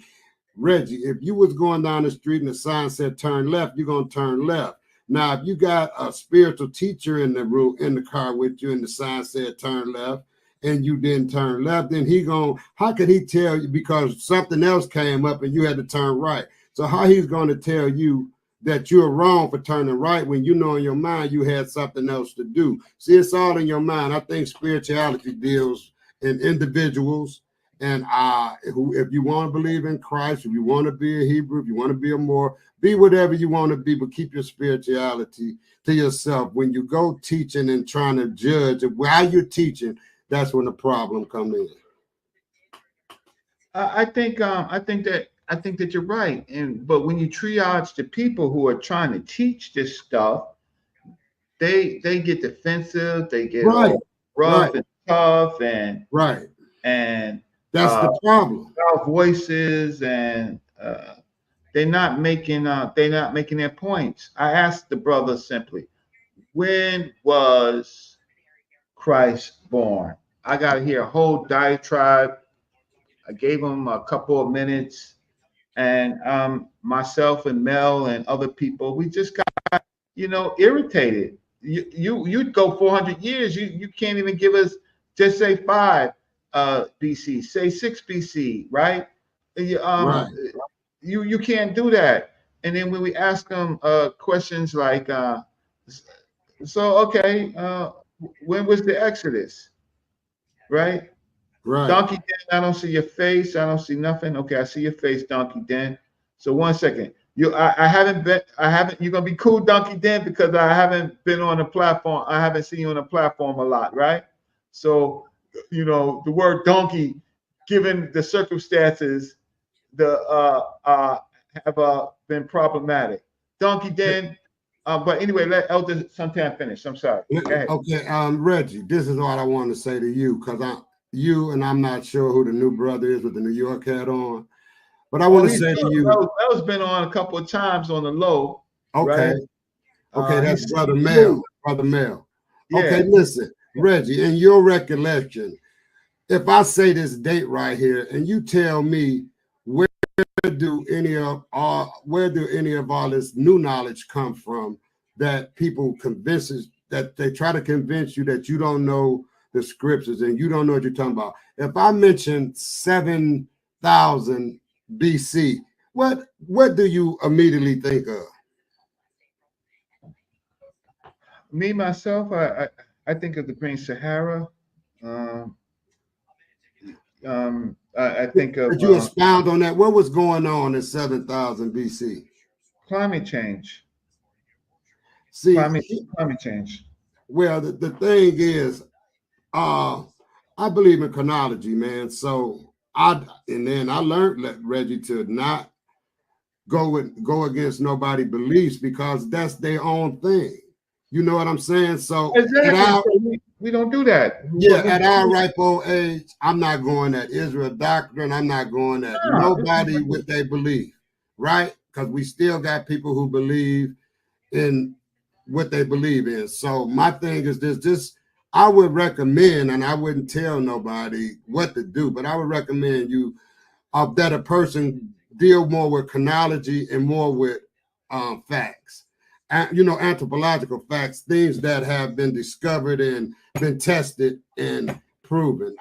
That's what I believe in. So, it's reality. So, I'll leave it there. Yeah, no, but you are 100% clear to me, right? Right. Philip Baines had a kind of a contrary to it.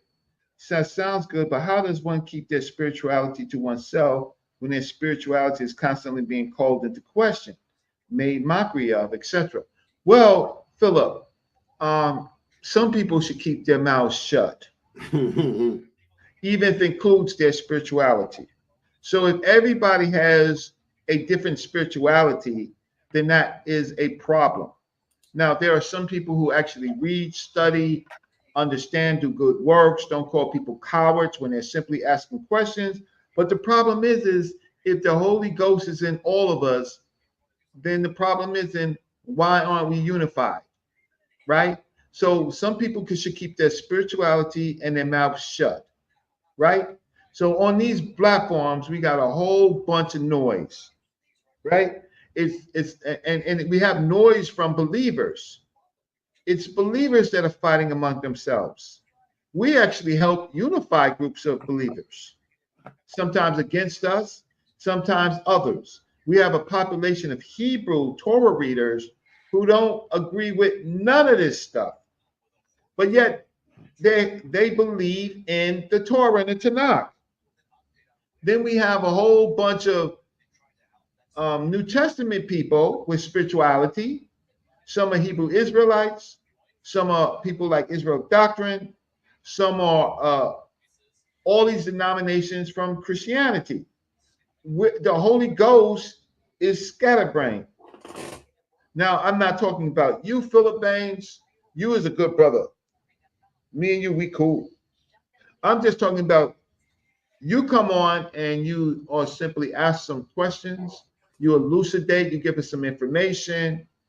Uh, but you're not the person that I know that stands up when a person died horribly and get up there and tell them and tell us that they have gone to Christ. They've gone to a better place, right? You may believe that, but you know we got these people that are not telling the truth about all things. So I definitely want Mel to comment, and then there's Donkey Den that I want to hear from. So Mel, what's your take on all this stuff? Well, I'll give a little summary, and I'd like to hit a few points to throw at you.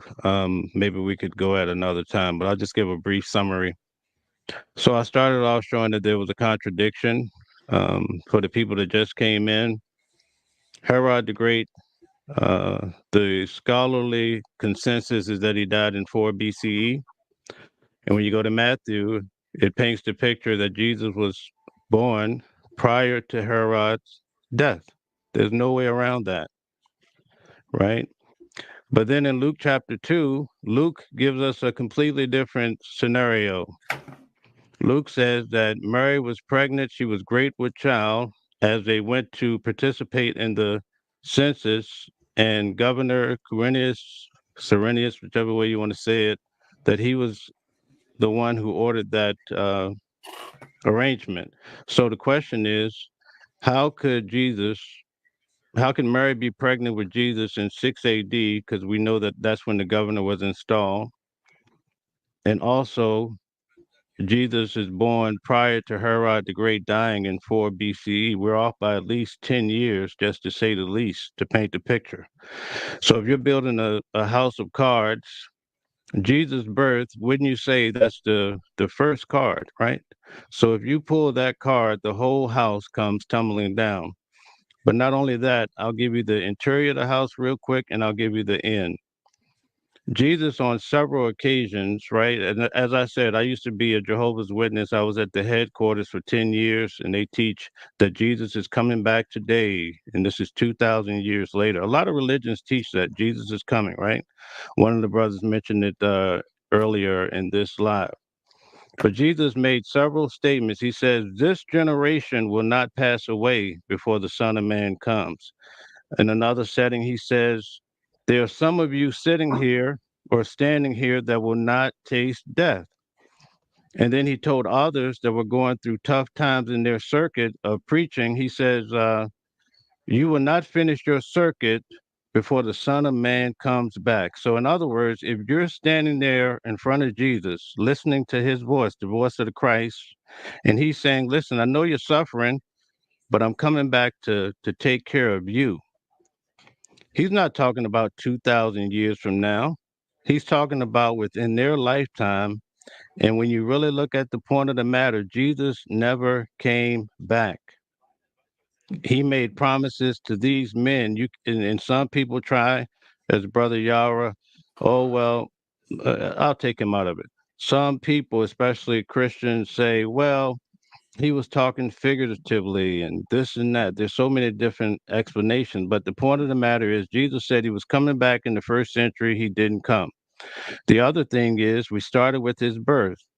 Now let's look at his death. When you go to the account and you look at all the gospels and you line them up like cards, right? One says he didn't talk to the men, he talked to the girls or the ladies, and then he didn't talk. He spoke to this one, or he didn't go here. There's a major conflict throughout all the Gospels as to what happened in the time when Jesus died, and what happened after. Just basically, the point is there's discrepancies throughout the entire book, and Reggie, I think you would do well to break it all down. Well, how can I say? As a researcher, I sometimes pick pieces that I think are the most important, right, to begin the conversation. And I think you've helped me so much by being a second party, a third party to this by showing the contradictions. The as a researcher, I try to get to the major points. And what I found out is if they can get right the birth of Christ, right, Jesus, Yeshua, right, uh, their Lord, then it becomes everything else becomes problematic. That's what I think. Um, Having this conversation, a combative conversation back and forth, to me is just problematic. I need somebody from the audience to give me the link for the debate with Jabari and Yara and Nepal. Can somebody put that in? What Philip got to say, my brother? What he got to say? So, what are the implications? Should we be unable to ascertain the date of birth of Jesus? Does this mean that he didn't exist? No, no. This whole conversation was not the argument about whether he existed or not. The simple argument was, can we rely on the biblical writers to help us understand when he may have lived? Ra- Um, but but but but the but the errors or the contradictions are glaring. So no, Philip, not arguing whether he lived or died. That's Jabari. That's Jabari and Elder Yara and Nepal and the really Hebrew. That's them. That's not me at this particular point. My whole point of just scholarly, right? What are the things that prove that he was born at a specific time, right? And these things have to line up. Otherwise, we can't rely on the biblical writers. You can still rely on your faith, but not the biblical writers. But we certainly don't need loudmouths coming on who calling people cowards and going to use data 400 years later to make their point about the birth of Christ. They don't answer the question, right? I need somebody. Can somebody before I close? Oh no, Donkey Den, where'd you go? Donkey Den. Yo. Sorry, I'm still here. Okay, what's going on, man? Thanks for stopping by. What's So I've seen your streams a lot recently, and I pray quite often. yes, I've attended church a lot recently, and yes. I agree with what you're doing, man. But like I feel like you should definitely have more co-hosts on your panel. More regulars, so you've got like a good show going. 'Cause I see potential here. You know what, Donkey Dan? I'm not how can I say I'm not really entertaining. I think Soneta's show, I turn around, he got like 8, 10 people on. He's managing it. When I come on, sometimes it's just very specific arguments. So it's not for yeah, how can I say it's not going to be entertaining, right? It's not going to be entertaining. It's going to be about a simple question or two, right? When I come on. But No, with bro, I love it. I love it. You're like the local of Jesus Christ. say again, You're like a local of Jesus Christ. I love it. I'm a what of Jesus Christ is just a word. I A don't get it yet. local. A local. I still don't get it. It's just I think he's saying don't loco, as in crazy, right? No, local. Like a LOL, like and then a cow, like moo. Like a local. You get a laugh out of it, and also I would like to say Jesus Christ didn't exist. It's some crazy bitch and some crazy faller who made it up. Uh, Probably because he didn't want to get caught cheating or something. And yeah, like honestly, 4chan is recording this, and you're getting posted everywhere on the internet, and you're trending on Twitter right now. Okay, well, we are. It's just different hosts, and so uh, different hosts bring different things, right? So I'm not the yelling, shouting type of person. I look for some things that we can attempt as a community to address. Jesus Christ. In the Lord's name, he said that we should not judge others and not cause arguments with others. It is a sin. No, I need, Yeah, I well, need, I need 100 Bloody Marys. I'm not. See, I'm not a believer, right? I'm not a believer. I'm asking Oh, questions from um, believers so on you're not a a believer? specific topic. Yes, huh? You're not a believer? You didn't know that? Why? Why? Why do you not believe the Lord? You're a terrible person. Now I'm a terrible person because I don't believe in the Lord. You're trying to prophetize of the Lord. I'm not trying to You're trying to prophesize use or his name for financial gain. well, on my listen, I'm the lowest paid, one of the You're lowest paid starting YouTubers. now. Today, Junior. I'm one of the lowest. So would it be good if I prophetized on the Lord? I Would mean, it be yeah, good? bro, like, no offense. It's That's someone who how. gets, So watch about this. 10K average a stream. Your views are like No, I trash, don't get bro. that. I get 9 cents per person when it adds up. So No, my I'm average talking is 10K views, bro. That's what I get. $35. That's what Huh? I get.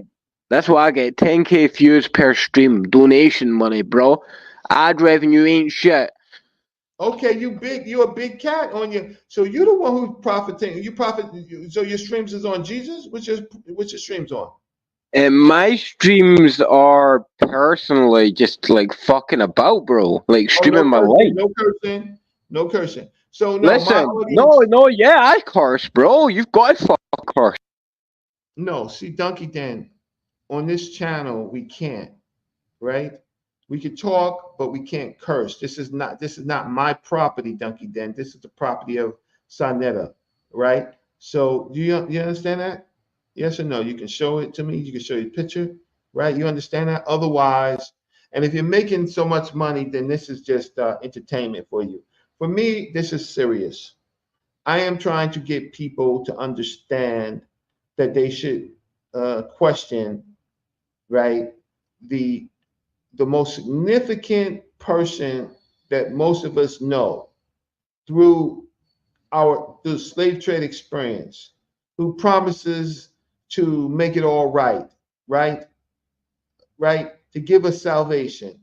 And the people that are pushing this drug, right, the people that's pushing this drug, they don't know the books themselves. They don't have answers, basic answers, right? But yet they are how can I say, they are proselytizing, right? And they're trying to do it scholarly. So I have Jordan Bay on. What is going on? Jordan, show me your face.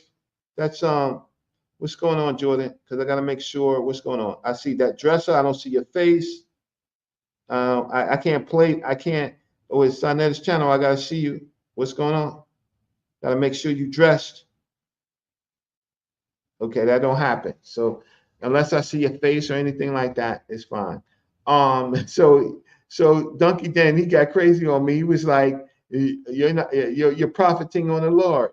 How am I profiting on the Lord? Like, family, my average show, I get $40, $45, sometimes less. Uh, I might get, when I add all up the views on a show, I might make 9 cents per person, right? I am not the one who's prophetizing on YouTube. I am not. I just thought that this would be a good topic because it's going to come up again. And I just thought that this is something that you want to do some research on, right? And unfortunately, you find out that there's not a whole lot of research to do on the subject, and it's contradictory. It's not going to finding out the birth of Jesus Christ is difficult, but yet the Bible talks about it, right? And that should be a cornerstone of an inquiry about the rest. So if the beginnings is messed up, you now everything else is suspect. So I'm like go to the beginning of this conversation, right? Go to the beginning of this conversation, his birth. Now you can go a little bit earlier. You can go see if he is of David's line, like Israel Doctrine was doing, and we can go and dissect each of these characters. I like to look at Hezekiah. Hezekiah is my man. You know, he got an ankh and he's got a beetle and a scarab. He's a real person. Hezekiah, my dude, right? He's in a real time period. We know I can deal with Hezekiah, even though he got a lot of his Hebrew is chicken scratch, proto-Sinaitic is chicken scratch, but I can deal with Hezekiah. Solomon. I was going to do a show, a part 2 or 3 on Solomon. Solomon, we can't verify. And a lot of Christian lore is built on Solomon, right? Creating the temple, right? A lot of that is built on Solomon. But outside the Bible, we can't find a Solomon, right? We can find Sabians. So we know about the kingdom of Saba, right? We do know about trade in that particular area, right? But Right. yeah. So but we can't find this particular character. And then in Masonry, it looks like they made up a lot of stuff in Masonry that's based up on Solomon, which we can't find. So I think it would be good for us to look at particular characters and examine the character for itself to find the historicity, right? Rather than what we sometimes do, take all of these big topics. Let's examine the character. So with the Jesus, we could now we can look at other points. We can of it, and then we can look at the apostles. I like to tear down Paul. Paul disagreed with the Gospels. He don't have just contradictions. His teachings is directly opposite of the Hebrew or the Israelite Yeshua. The opposite. It's as if he never went to a temple, understood Jewish life or Hebrew life, or Yahweh worshippers' life. He don't believe in the law. He believes in the faith of Jesus, but he's the writer. He has miracles. He's resurrecting people. He's like the new Christ. He got his own daggone miracles, right? He becomes he becomes blinded, then he can see, and his head bounces off, and there's pools where they land, and he's he made a lion a Christian, right? He baptized a lion. The Negro, he baptized a lion. How you gonna baptize a lion? Him and the lion escape, right? I mean, Paul is the worst. But his letters, his writings from the joint become the epistles become part of their faith. Can't make that up. Anyway, let me just see. Who else came on? Okay, so there's Elder Santan. You got anything else to say, good brother? And Let me see. And Mel, thanks. Thanks. Okay, what's Daniel LaRoche saying? Let me Mel, while you're talking, I wanna call Daniel LaRoche back because he called. Okay, very good. So I noticed someone just said, I think his name is George Steele. He says when Julius Caesar was deleted, his nephew declared himself the son of God. The title Caesars mean God. That's a great point. Then also we have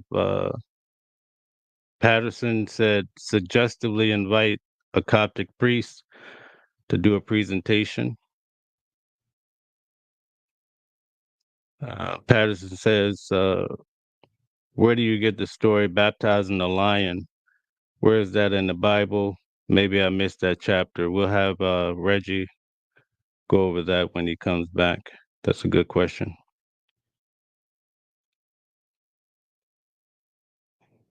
Barn Dog says, world peace, brother. Just going through some of the comments. And we had the guy that was on earlier. He started trolling in the comments, so I guess that wasn't a good fit.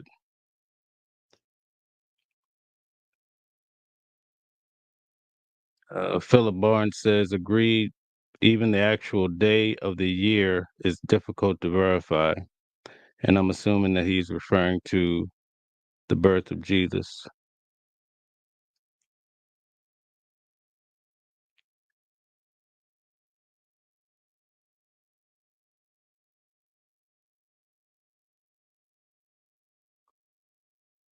Sterl World says support Brother Reggie, and he lists the Cash App, so we definitely want to do that.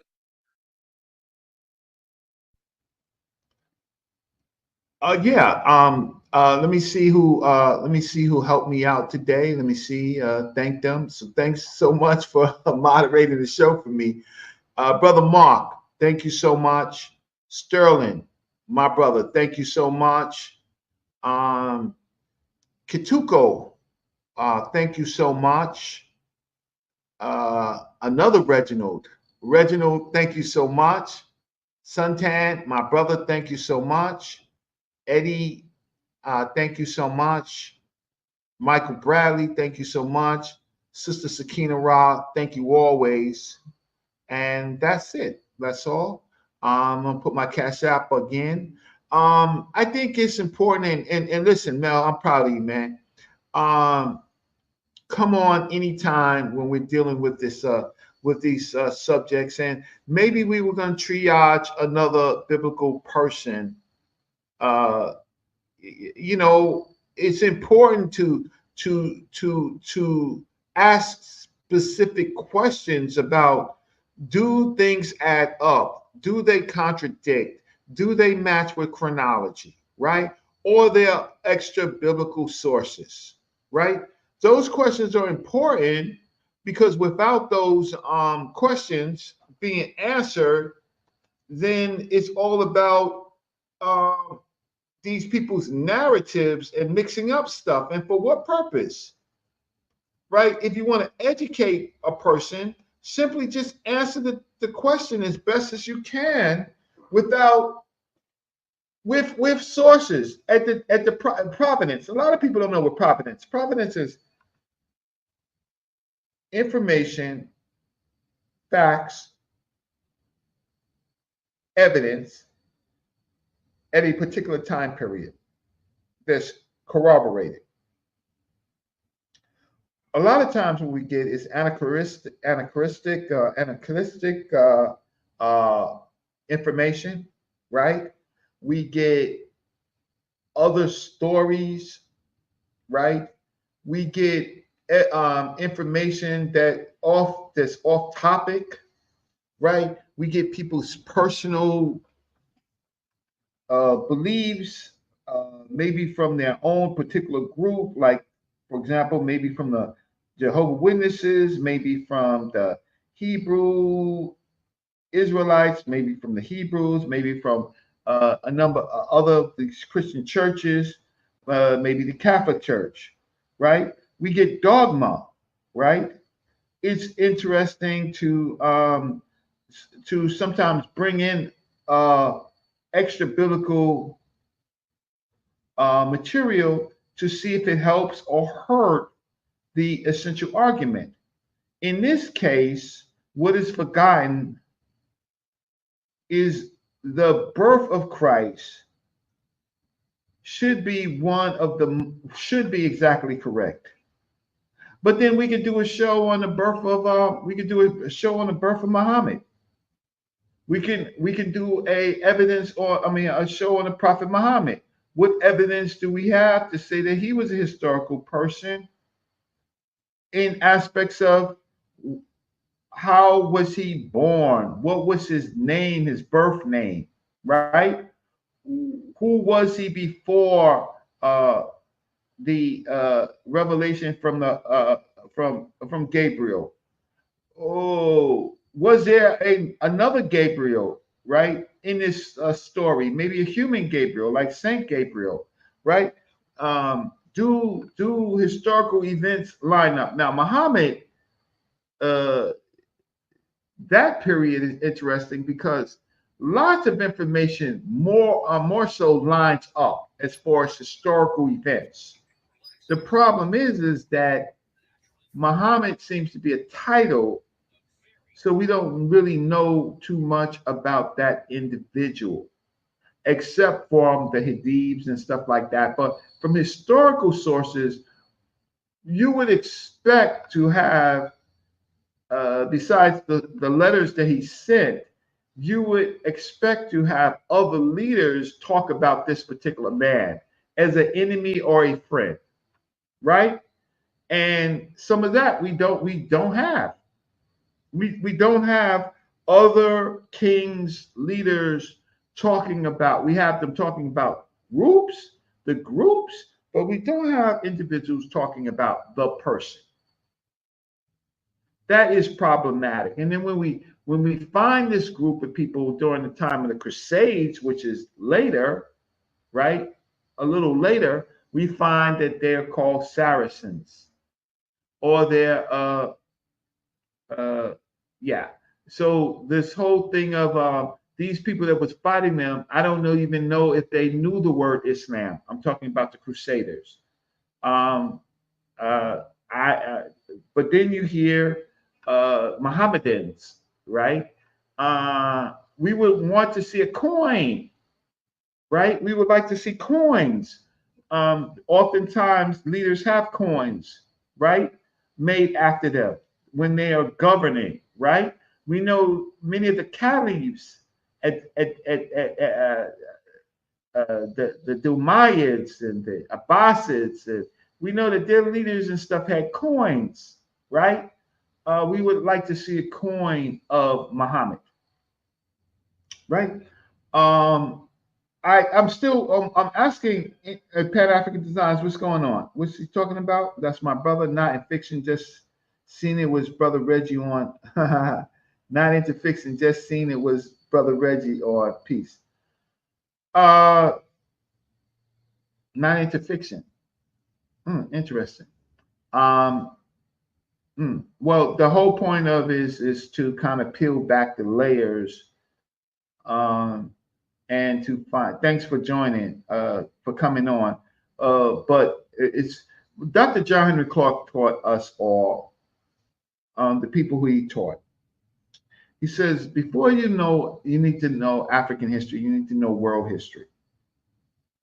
You need to know world history, and then African studies is, how can I say, a more disciplined, specific study, but you do need to know world history, right? Know world history, then you can really appreciate and understand African history, right? It's important for us to learn methodology to be able to peel back and understand provenance, chronology, understand the archaeological record, understand things like climate and other things related to technology and the emergence of the understand the Bronze Age, understand the Iron Age, understand uh, aspects that you can apply. Because if you want to critique or do a comparison with African culture, with European culture, you need these tools. With Asian culture, some people on our chat, they still believe, they think Europe is a separate continent. They don't know it's Eurasia, because the way information is taught, there's Europe and there's Asia. They don't know that it's one continent. You have to understand some of these basics. I was lucky enough to study and sit at the feet of some of the greatest scholars, and so they taught me some things that I used all the time. I mean, people start talking about African spirituality. No, African spirituality, what the hell is that? It's not African spirituality. These people practice ancestor worship, animism, tokenism, right? Spirituality is a Greek word. That's not what they practice. Spirituality has something to do with the love of Christ, the clergy. But we misuse words because we don't know the definitions of them.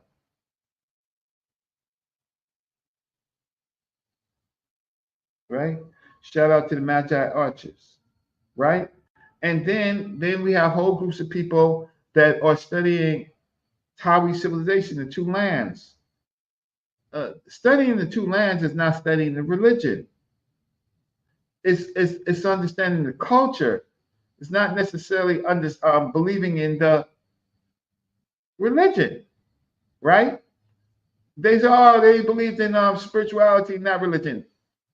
You miss me with that BS. They encoded rituals. That becomes religion, right? You can, anybody says that never went to a museum, never went to a research library, probably, and if they went to Kemet and or the place that they call Egypt now, they didn't understand what they was looking at. They had the wrong teachers. All this spirituality, I mean, if there's a papyrus, or if there is a stele, miss me with putting your hands on it and saying and understanding what it is. Either you have the skill set to read it or you don't, right? I mean, it bothers me when people, there's Medu Neter, that's the language, it's called Medu Neter. And it's mentioned Meta Neter on the piece that they're looking at, and they're going to read the captions and not understand what the piece says, right? Many people, if I showed them Hotep, and we say Hotep all the time, and ask you where's Hotep in this papyrus, people who can't tell you what Hotep is. That's why we do that type of work on Smash Rockwell Show.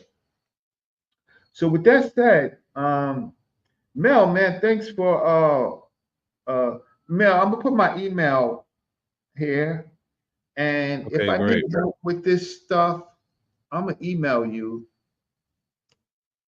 and let you know. Okay, that's awesome. I'm coming on, right? I appreciate you sitting with me this period to help deal with the simple issue of, let's just deal with crisis birth, right? Let's deal with this person that was supposedly born 2024 plus or minus years ago, who is offering these people salvation, right? And to look just at his birth, right? Not the story about him being born, right? With Gabriel coming and talking to Mary, but the fact when he was supposed to be a physical person, right? The very instant that he was supposed to be a physical person, how do these apostles, who was only with him for 3 years of his life, get it wrong and it's all right with that faith? It just don't make It hurts them. I just read the title with no context. That's all right. Yeah. Listen, we would like to have more conversations on Africa. We would like to talk about the Sudan, and we would like to talk about Nubia, so-called Nubia. We would like to talk about the Green Sahara. We would like to talk about those type of things. But right now, for whatever reason, it costs me time and money uh, in my time to put on these programs. And I'm what I found so far right now is that our people really want to deal with this Christian Hebrew Abrahamic stuff more than they want to deal with Africa. I don't understand it. I don't know what it is, Pan African James. But on this channel, uh, when we deal with Africa, my views are terrible. My support is terrible. I don't know what it is. And so today I just decided, and I won't do it too often. I go back to Africa, but I it is not sometimes worth my time. It's worth my heart, but it's not worth my time with these people because deep down they got us. They got us. They got us. We have been uh, mentally lobotomized uh, from Africa, and no matter what, we still want to hear these names of Abraham, Jacob, Isaac, Joseph. Um, we still want to hear those things, uh, and Moses, right? But if you want to hear the Zoser and Scorpion and Marquette. Let's not say Scorpion, but Marquette. If we want to hear I'm in a Hat, Sin War Set or Sin War Set, right? Uh, we don't gel with that. We got a whole population that says we're not from Kemet. No, we're not from Kemet, but Kemet help educate the world by diffusion, right? Our language system is closer to Nile Valley than it is to some so-called Mesopotamian, right? But we don't want to hear that. We want to insert and put in the Abaya, the Abaya. That's what we want, the Abaya, whatever apostle. When I'm on with apostle, it kills me. He gets more to say about information uh, than I do. So, but luckily, Sarnetta allows me to give me a show so that I can teach aspects of this work. So, without that, Mel, do you have any final comments, Suntan? Any final comments? And I'm gonna get out of here. Yeah, I just want to say, man, I really appreciate what you do. I'm gonna throw you $100 for your No, that's too scholarship much. today. I appreciate it. That's too much, And Mel. nope, I'm just saying. I just wanted to say, man, I watch a lot of your program, and it's really nice to be able to chat with you today about this important subject. Oh yeah, it was. You think it's important, right, to deal with this particular Absolutely. aspect, right? Yeah, yeah. Yeah, We should do I more. appreciate Yeah. that. Well, listen, anything half of that, that's fine. I consider you a partner. You're clear, concise, and you hang on to you. How can I say you're focused on making that point, which I hope everybody understood the contradictions in the time frame of Matthew and Luke, the stories that take this person, Jesus Christ, some people's savior, and shows that there is contradictions to that. Who is this Suma Bozak? I don't put people on unless I see their faces. Elder Suntan, you got some final words? Elder Suntan. Okay. So with that said, I'm gonna thank everybody for coming. If I don't see I'm sorry, if I don't see your face, especially with a word like Bozak, I ain't going for that. You gotta show me, your face. Because a lot of our shows are being taken down for fake medicine information. We have people here that love to talk about medicines, and that don't work. Then we got people who hate Kamala Harris, and that's not working because YouTube doesn't like that no more. Attacks on Kamala Harris, YouTube does not like that if you are not correct about your assessment, right? They don't like that. Bond Dog, man, thanks for everything that you do. Man, I so appreciate you. And so with that said, I am going to I'm gonna end. Mel, send me an email, and and that's my email. Everybody, if you have something to say, and you want to talk to me, fine. And oh, Phil Baines just got home, so I'll keep it open for Phil Baines. Phil, here's the link. Philip Baines. I mean, I really appreciate him. So let's see what Philip got to say. Okay, no, Phil, I'll stay open for you. Nope, I'll stay open. Phil is someone who actually goes to the museums with me and stuff like that. So no, Phil is my man. Phil, if you there, hit the link.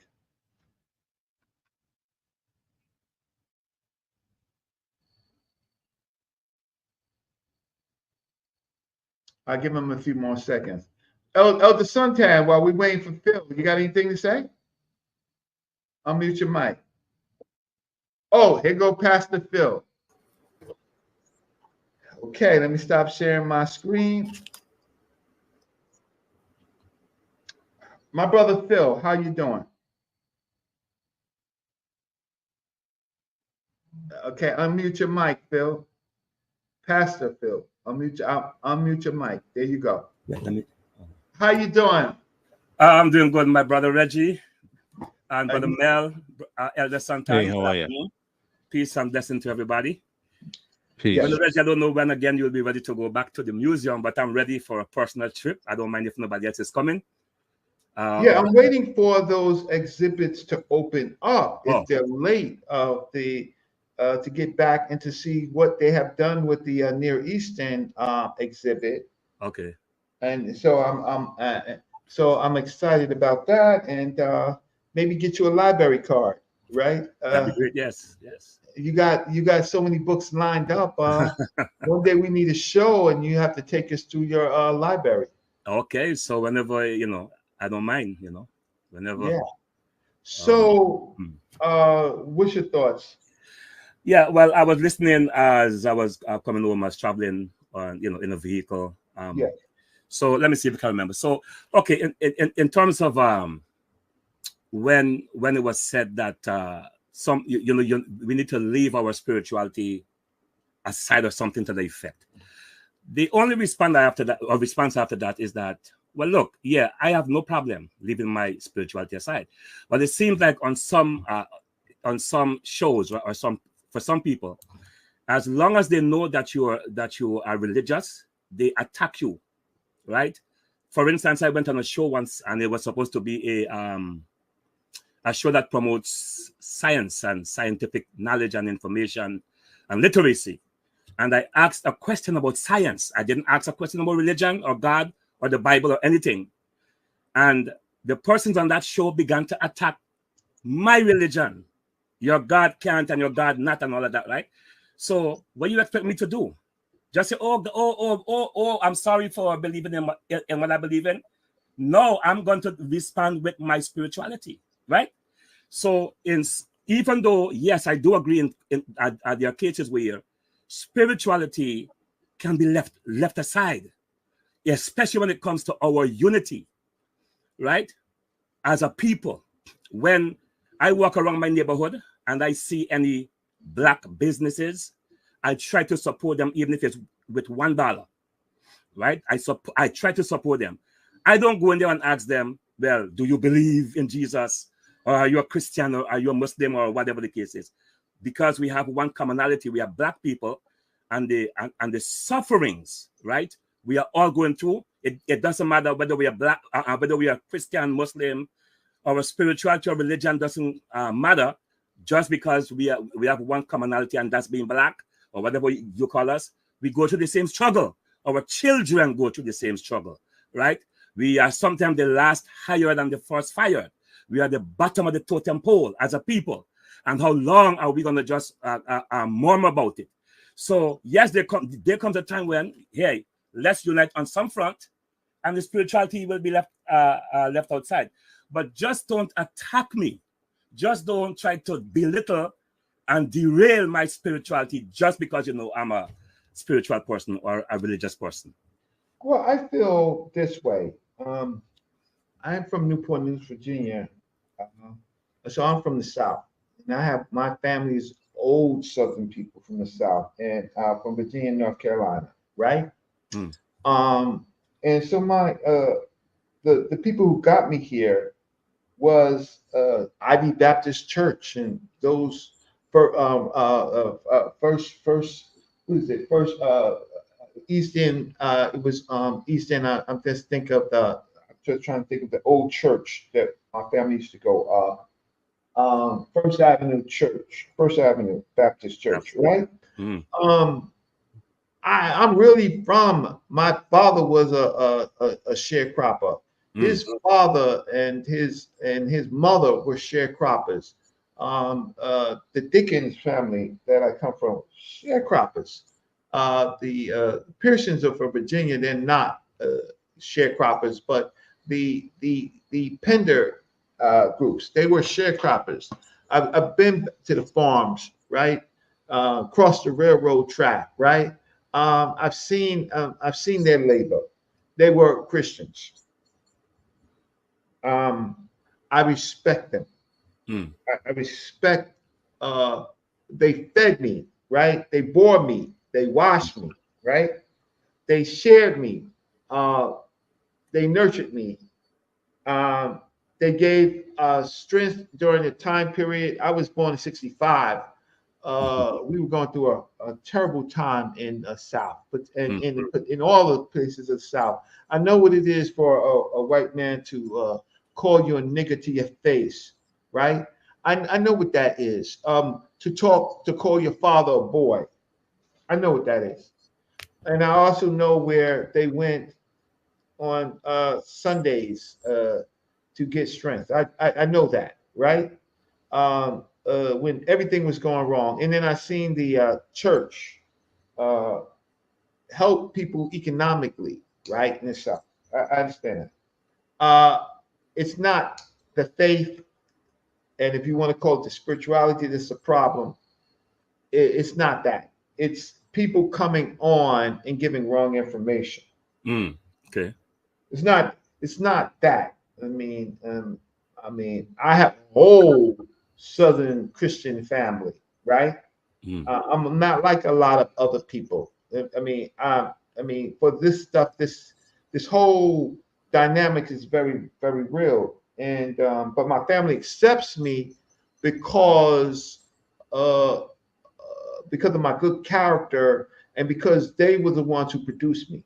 Mm. Dr. Clark was a Sunday school teacher, right? He was a Sunday school teacher. Then he joined the army, right? And he became a quartermaster. And then he got he began to understand the world, self-study, right? Dr. Ben is from the Caribbean. Dr. Who? Dr. Ben, Joseph Ben Oh, Ben. Jocano. Okay. So he brings that experience, right? Wait, I thought he was from Ethiopia. No? From his account, he was born in Ethiopia, but he grew up in the Caribbean. Okay. Right? I know the truth about because I helped write his bibliography. I did research on his bibliography, right? Many of his accounts are true. Some of his accounts are exaggerated. His information is correct, right? The things about his personal life. He grew up at a time period where just to get to America, you had to be untruthful. You understand? Yes. Just to get into America during the time that he got into, when people from the Caribbean was coming into America, they had to be careful about what vicinities they said they come from, right? Or they'd be excluded, right? They had to ship safe, right? To get into, they had to move from one part of the Caribbean, get papers in the new place that they were to get into the Americas. Am I wrong, Phil? No, you're not. So they had to do whatever they had to do to survive and to get here, right? And so a lot of them, they lived through names that weren't their born names, right? Just to get here. Are they liars? No, they're survivors, right? And then what they brought to the Americas was incredible.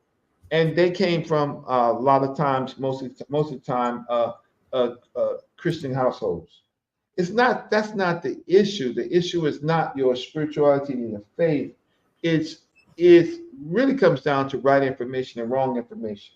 And you can give right information within your faith, and then you can give wrong information within your faith. If you try to lie about things that you should not lie about, right? Somebody asks you a basic question.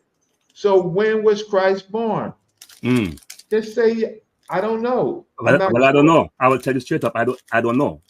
I'm not sure, but and then when someone says, okay, well, if you put in a place and then someone asks you about the mask of the innocents, and you say, oh, we know the mask of the innocents. No, we don't know. Because the who talks about the mask of innocence is the same source that we have a problem with, right? Reggie, not to cut you, but just to inject this, right?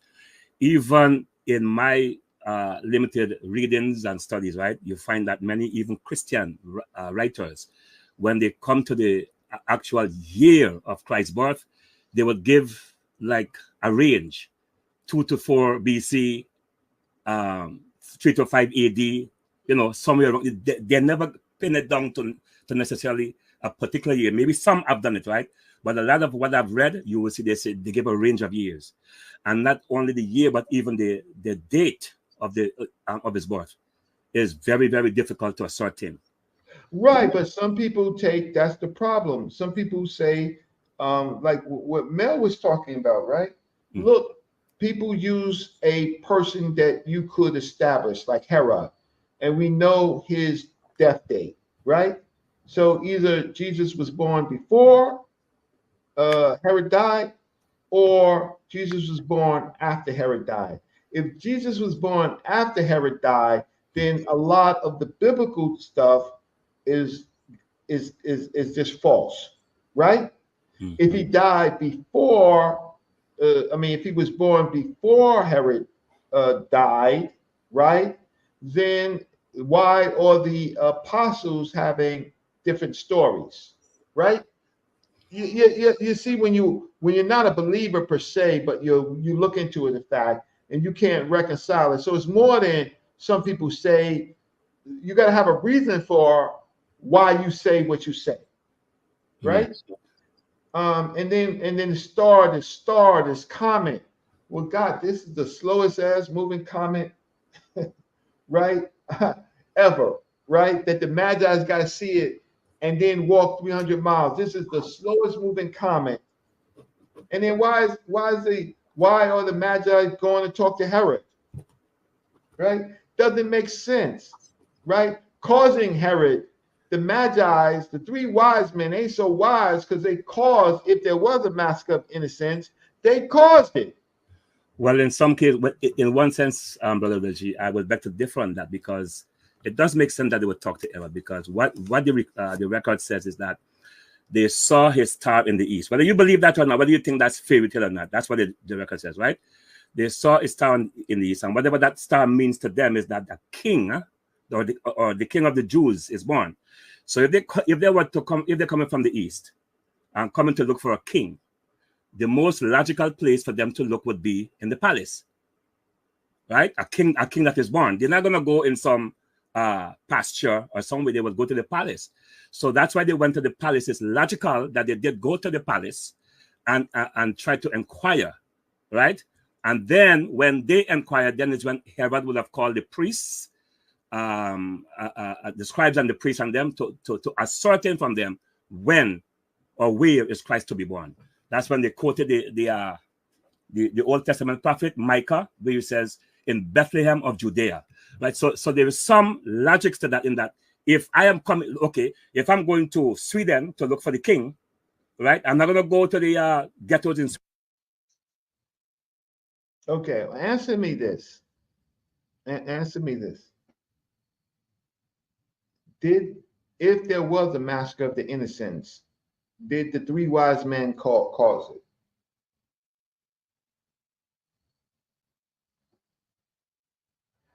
it? We can't hear you. Something is wrong with your mic. You hear me now? Loud and clear. Okay, yes, yeah. All right. Did the three wise men cause it? Cause the massacre of the innocents? If it occurred, yes. Did they cause it? No. Well, you could say they have some connection to it, in the sense that when Herod told them, when you find this baby, come back and bring me news, right? And when they found this child, they did not go back to the king. They went another way. So by this, he felt that he was betrayed. Well, why would they talk to Herod? Because he was a king. Was he not the king at the time? The king of the Jews? He was the king of the Jews, and he so was a vassal. He was a vassal by Rome. Okay, but these three guys may not. These wise men, these magi, what do you call them? They ain't too wise, Philip. Huh? They ain't too wise. Okay. No, that he's a killer.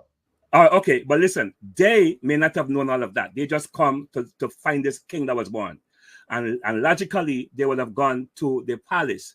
When they got to the palace, Herod was there. He was the king at the time. Yeah. So they probably would have thought maybe it was the son 300 miles that they walked, right, avoiding bandits and avoiding all of that, right? They wouldn't have known who Herod was. Maybe they would not. Chances are they would have known. Chances are they would not have known. But the point is that if they're looking for a king that is born, in their estimation at least, right? Yeah, but they was looking for an esoterical, a holy king, not a vassal. No, they just say a king. It didn't say esoterical king or whatever king. It's a king of the Jews, right? So it says. Let me just check, because because now we got a problem, because we got Greek speakers. Okay. We got Greek speakers now talking about the story, right? Greek speakers. And the problem is were they looking for I don't think that you're wrong about looking for a saying that, but it was supposed to be king of the Jews. So why would they go to Herod though? Yeah, because because Herod was king of the Jews at the time, right? Yeah, in Jerusalem, where the palace was. So likelihood, if you think of it, the logic would say, right? I'm not doing logic. I'm not doing logic. No, you are doing logic. You are doing logics without even realizing it. I'm not trying to be logical. No, I'm not. You know, that's funny, because if I'm not trying to be logical, then if I was logical, then I would say. Yeah, if you're not trying to be logical, I would say then. So you're a believer, Reggie. No. But what I'm trying to say is that on this particular story, we have information that I don't have to be logical. Okay. Right? I don't have. So there's a lot of problems with these men who obviously were magi. So that means they would have they were astronomers, right? They were astronomers. They study astrology. And they knew about the prophecy, the Micah. They understood that, right? They do understand that. So why didn't they go straight to Bethlehem? Why did they go to? No, because the palace was not in Bethlehem. Right. So why did they go straight to Bethlehem if they knew about the prophecy of Micah? Why Why? No, they did not know the prophecy of Micah. They saw the star. They didn't go based on the prophecy of Micah. It is See, not that's not all the stuff that I read. It seems that these people were wise, so they knew something about Jewish faith. yeah, but wisdom doesn't mean you have all knowledge, right? Am I right? No, Wisdom it doesn't doesn't mean wise. mean. Doesn't mean you know everything. So did they cause, if there was a mask of innocence, did they cause it by going to Herod? I wouldn't say directly. I would say what they did to Herod may have triggered Herod to do what he did, but they didn't have a direct hand in it. Yeah, they should have minded their business. They should have Well, stayed in Persia. We could retroactively say anything now after the fact, but Okay, but what we can say is concrete is, was it a star or was it a comet? Well, it's a star, right? It didn't say a comet. A comet is not something that like how we say it, like pitches.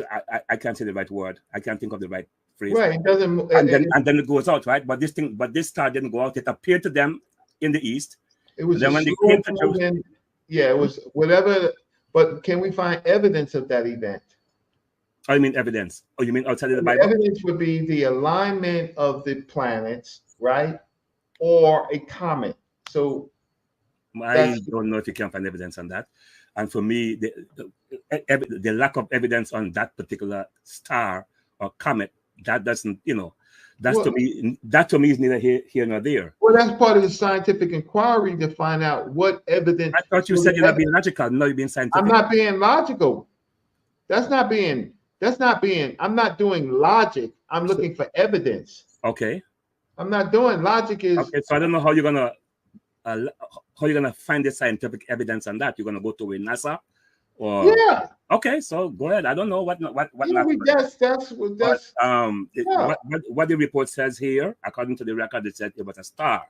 Right, the star appeared to them in the east. They saw the star in the east, and it's not like this. From my understanding, it's not so much that the star moved and led them. When they saw the star in the east, they knew the star meant, how they interpreted that star, the King of the Jews is born. Then they came to Jerusalem. Then when they were told that this king is really born in Bethlehem of Judea, that is when now the star led them to Bethlehem, right? Even though you know that there's two Bethlehems, right? But go ahead. Okay, yeah. Whichever one it is, there's one of them Bethlehems then. Even if it's 5 Bethlehems, it went to one of them Bethlehems. Yeah. What's going on, Elder Santan? Right. So why didn't they go there first? Yeah, because again, let's see. Is that it? Were you looking at Matthew or Luke? Matthew, right? Matthew. It was in Matthew, right? So, well, yeah. Well, yeah. Okay. All right. So it says in Matthew chapter 2, verse 1, it says, now when Jesus was born in Bethlehem of Judea, in the days of Herod the king, behold, there came wise men from the east to Jerusalem, saying, notice it says he was born in Bethlehem, but they came to Jerusalem, right? Where is he that is born King of the Jews? Notice what it says. Now they had knowledge. So some of what you said, you got to remember what you said. Mm-hmm. They didn't have knowledge, so they asked the question, right? They asked the question. Go ahead, continue. No, I didn't say they didn't have. I said wisdom doesn't mean you have all knowledge. But they had knowledge of what they were searching for. They had a prophecy or something. They had a prophecy, yes, and they wanted to find out the location. So when they saw the star, look, okay, let me read it. Right, so now when Jesus was born in Bethlehem of Judea in the days of Herod the king, behold, there came wise men from the east to Jerusalem. So notice how this narrative goes. It says he was born in Bethlehem of Judea, but these men came to Jerusalem, right? And when they came, they said, verse 2, where is he that is born King of the Jews? For we have seen his star in the east and have come to worship him. So they saw the star in the east, wherever the east is, right? There's people say, well, whichever country, Syria, Iraq, wherever. They saw the star in the east and they came to worship him, because to them, these wise men, or these men, right? Like you said, they're not wise. These magi, or magais, whatever you call them, right? They now saw the star. To them, it means the King of the Jews is born. They came to find the King of the Jews. And in a logical way, they will go to the palace, because if the king is born, which would mean the present king's son or grandson or somebody related to him by blood like that, right? So obviously they would go to the palace. When they got to the palace, now here's what happened, right? So they came. We have seen a star in the east and have come to worship him. When Herod the king had heard these things, he was troubled, and all Jerusalem with him. Now, this word "all" can be problematic, because everybody in Jerusalem was not troubled with Herod, right? So the word "all" sometimes don't always mean all, but it means so many more people. And it's a translation because it's from Greek to English. But go ahead. Yeah, okay. And when this is Herod now, had gathered all the chief. Oh, I'm sorry, I'm reading to myself. Can I share my screen or no? Or it's You okay? can. Oh, I'm sorry. Sure. I didn't mean to read it for myself. No, you can. Present, right? Present. Share screen. Okay, yes. Share screen. See, the problem is no matter what you do, we have another writer of the Bible, right? That does not reconcile this, right? No matter what you do, you can read this account, right? But the other account doesn't do this. So let's take that for a moment. But then we're looking at the fact that why these men, we're talking about the star, which in this account, I think this is only recorded in the book of Matthew. And I think also to be, I'm not trying to be dogmatic here, but I think also, Brother Reggie, there's somewhere I read, I can't remember now, man, but they said that is sometimes you will find what they call extra biblical writings on an event in the Bible. But I think when I was reading somewhere, I don't remember who it was, I think two writers I read say that they haven't found any non-biblical writers recording this here story. No, because Josephus, well, okay. So Josephus doesn't talk about the massacre of the innocents, right? So and what they were talking about, the scribe of Herod scribe or Herod writer or whatever you call them, right? Okay. Yeah. So go ahead. Yeah. All right. Okay. So now, so verse 2. And so, can Mel chime in? Yes. I'm not trying to. No. And I'm just trying to read for my own recollection too, right? So he said, when Herod the king had heard these things, he was troubled, and all Jerusalem with him. That now verse 4. And when that's Herod, had gathered all the chief priests and scribes of the people together, he demanded of them where Christ should be born. And they said, that's the chief priests and the scribes now, they said unto him, in Bethlehem of Judea, for thus it is written by the prophet. And here they give a quotation or a reference of the prophet, and thou Bethlehem in the land of Judah art not the least among the princes of Judah, for out of thee shall come a governor that shall rule my people Israel. Then Herod, when he had privately called the wise men, right, they are called wise men, inquired of them diligently what time the star appeared. See, the star appeared. So if it appeared, they just saw its appearance. It didn't pitch or move like they were showing the movies and in some of these drawings, like the star was just moving, leading them, right? And he sent them to Bethlehem and said, go and search diligently for the young child. And when you have found him, bring me word again that I may come and worship him. When they had heard the king, they departed, and lo, the star which they saw in the east went before them. So it appears now what this narrative about the star. This star appeared to them in the east, and then they came on their own understanding or misunderstanding to Jerusalem. When they got to Jerusalem, they got word from the prophets out of the scriptures that this king should be born in Bethlehem of Judea, and then is when they went to Judea following the star. So it wasn't so much like a star to me, a comet, which would just pitch and then it goes out or burns out. This wasn't a star that was born. Well, we would need NASA to confirm right, that. Okay, but anyway, and all this is based on some star. So unless we have this star, we might have a planet alignment of Jupiter and Saturn at that time period, right? That's the best that we can have. And then that alignment occurred at 7 BCE. But okay. Yeah, okay. I am not, if that's what NASA say, I'm not gonna say it because to me and to many other persons, you No, see, it's fine. You're just reading, but go ahead. yeah, no, but that's the point I want to read to oh, and then you want to see if go ahead, bro. Sorry. Yeah, I'll help you out a little bit. I'll give you some more topic here. So you have these three wise men, right? And all of a sudden, a star pops up into the sky, whether it's a comet, star, whatever. In chapter 2, verse 2, saying, "Where is he that is born King of the Jews?" Where would they have gotten that knowledge before they came to that area Most when they saw likely, the star most star likely, popped up? all right. Most likely by if these are magi, they're supposed to be wise men who would have studied and understood or got knowledge of the stars or the heavenly bodies. So when this star popped up, right, they just say, in their understanding or misunderstanding, whatever it is, of this particular star or heavenly body, to them, that says the King of the Jews is born. That's what it says. For we have seen, okay, it's verse 2 saying, where is he that is born King of the Jews? For we have seen his star in the east. They saw something. Whatever they saw, that thing indicated to them that yes, this means the King of the Jews is born. And likelihood, very highly likely, these could have been Israelites. Some of these men here could have been Israelites. I'm not saying with 100% certainty, because why are they so interested in the King of the Jews? Because remember that one of the prophecies given concerning Israel, because of the rebellion against God, that God was going to scatter them to all the nations under heaven.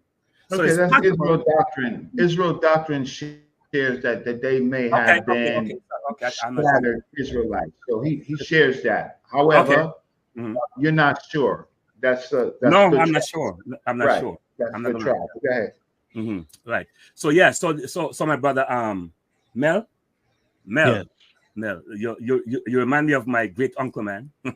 Yeah, Thank you. Mel, yeah. Hopefully that's a good thing. Yeah, it's a good thing. His name was Melville, so we call him Mel. A Okay. very courteous man, very nice man, very charitable man, and very bright too. Yeah. All right. So yeah. Okay. So this is where they would have gotten that information from, obviously, according to this narrative, because they saw this star or whatever this object is, and to them, they interpreted this object to mean the King of the Jews is born. But that's what they said. Where is he that is born King of the Jews? They know the King of the Jews is born because why? We have seen his star in the east, and we have come to worship him. So my next question is: so when it comes to the slaughter of the innocents, would you say the star contributed to the slaughter? I never like remember that you asking the question. I never thought of it that way. And then my next question is going to be: hold on, who's guiding the star? Don't forget. Initially, I would say no. I don't think the star contributed, but then of course, it's all a part of the event. So I could say indirectly, right? Probably indirectly, but not at the start. Would you so that now if there's a star and you know how biblical people are, and I'm gonna take a break, right? And, to get some water, but the problem is then God created all of this BS. Hey, Phil, can I ask you a question? Yes. Okay, but one thing before I go, right? What I like with this panel here is that when you ask a question, you give me the opportunity to respond, whether or not my response can be dumped in the garbage or not. You give me the opportunity. I like that, right? So, right. Yeah, go ahead, brother. Can you give me a time period when the wise men seen the star? You think you know a time period that happened? From my recollection, right, I don't know which exact scripture it was, about 2 years or so. Probably about 2 years because it's about 2 years. I can't remember. What I'm saying, the time period in history. Mel, you know a time period? You mean like if it's 4 BC or 10 BC or so? Yeah. Nah, I really can't, because then I would have to give you guesswork. Yeah. Yeah, I would have to give you guesswork. It'd be guesswork. So I don't know, because okay, the birth of Jesus usually is estimated between like 4 or 5 BC to maybe 3 AD. I don't remember exactly, right? So Right. let's take even the 3 AD. That would mean that probably about 2 years before it'd be like 1 AD. If you take let's say 3 BC, it would be about like then 5 BC. It's probably around or about 2 years to the time. Yeah, well, I was just saying because BC is before Christ, right? Yeah. Yeah. But yeah, before Christ, well, it depends on when they start to remember the what do you call it now? The alphabet system was Mhm. even beginning to be named so after Christ. It's not that Christ was born on this, and then they say, okay, now they're gonna say BC AD, right? But there's Right. a certain point in time, then they say, okay, this is the most important event, this Christ event. So we're gonna make the calendar based on before him and after him. Just like with a few years ago, some factions in the Christian world was trying to say BC AD and BC. No, BT. BT means before Trump and after Trump. Some Christian people were trying to put forward that kind of an idea too. Right. Right. Yeah. I understand which went nowhere. However, I was asking that, because I like to deal with chronology, right? Okay. So that's all, and I won't question nobody's belief. I just leave it there, like I was saying earlier, because it was a time that I believed strongly in a lot of those words for coming from the Bible and things like that. But even now that I have went back far as Kemetic, I still think, and spiritually, that it was a guy here named Jesus, but he wasn't walking water. He wasn't doing the mythological things that they said he was doing. However, he was still teaching and had this lowly heart for people. That's what I think. See, we got to wrap ourselves around what we surmise, because a person to tell you in a minute, Phil, that you don't understand, and I'm just as conscious as he is, but I don't understand, and I don't believe. That's where my problem come in with. Yeah, brother Elder Santan, it's nothing to me wrong with questioning the faith, but some people question the faith because they have an agenda. They attempt to destroy the faith, right? Yeah. And what a lot of people fail to realize, if you look at people who are most people in faith, right? People don't realize faith is such of a it is of such of a dynamic, right? Yeah. The more you attack it, the more it grows, or the more it gets fortified. You see, if you think of, let's say, the early Christians, the more they were being persecuted, is the more it spread, right? So you don't realize what a lot of people don't realize. If you ask me a question, it's okay. Sometimes I don't know the answer to the question. Sometimes even the answer I have may be crazy, right? But if you attack my faith, what you're helping me to do is to stand firmer and stronger in my faith. There are some things I can't prove. That this is why it's called faith, because there's something I'm not going to be able to prove scientifically or even logically, right? I'm not going to be able to prove. Like, for instance, I can't prove to you my great-grandfather's birth. Right. You go back 2,000 years to find out, to get a proof of something. But even my grandfather's birth, I can't prove it to you. But Pastor Phil. Yes, my brother. This is a evidence-based show. Yes. Right? So I can accept your faith. And I know you're a good brother. Right? Mm-hmm. The problem is that Christians have not reconciled for us the birth year of the Christ that would gel with extra biblical information. Okay. Right?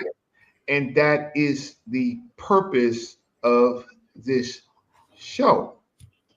Not questioning your faith, not questioning on what you believe, but when you start, since this is the most important person of this world, this rising savior, right? And the story falls apart with two of his followers contradicting each other, right?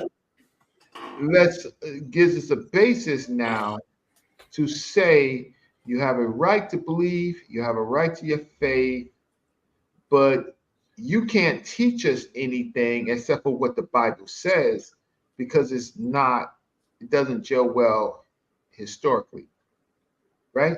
You have to give up your right. You could be a biblical scholar, right, and tell us about Micah and tell us about all these other stuff, but when it comes down to, was he at the time of Herod, or was he after Herod's death?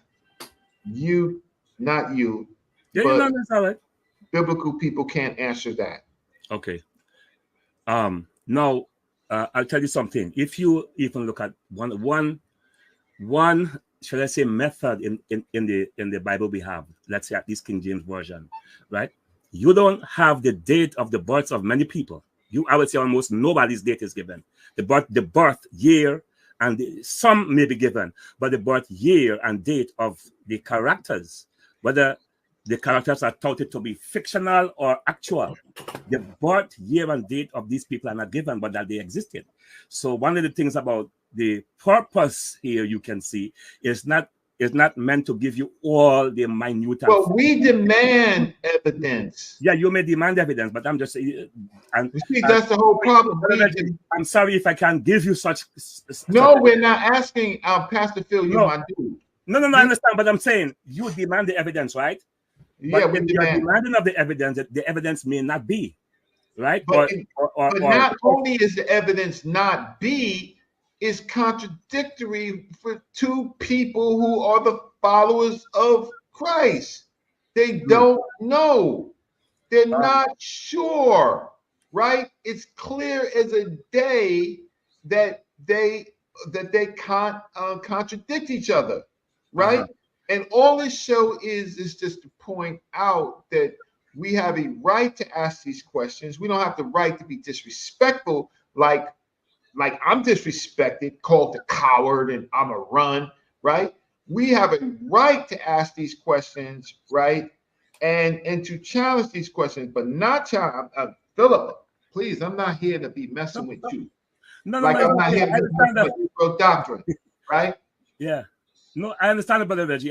But I'm just saying, like, this is the reality of the thing. I'm quite certain. And telling you the reality is that it does not. It's a book of faith. You're entitled to your faith. You're not entitled to the facts. Oh no, I'm entitled to facts too. I'm also entitled to facts. What facts? Right? Now. No. Wait, hold on, Brother Reggie. What facts is there that lines up? With what? With anything in the Bible, or with just this record in Matthew 2, the star? No, because you were talking in a general sense. If we don't know when Jesus was born, right? Right, because he's subject, then we have to question this whole account of Herod. We have another reason to question the account of Herod because of the other apostle writer.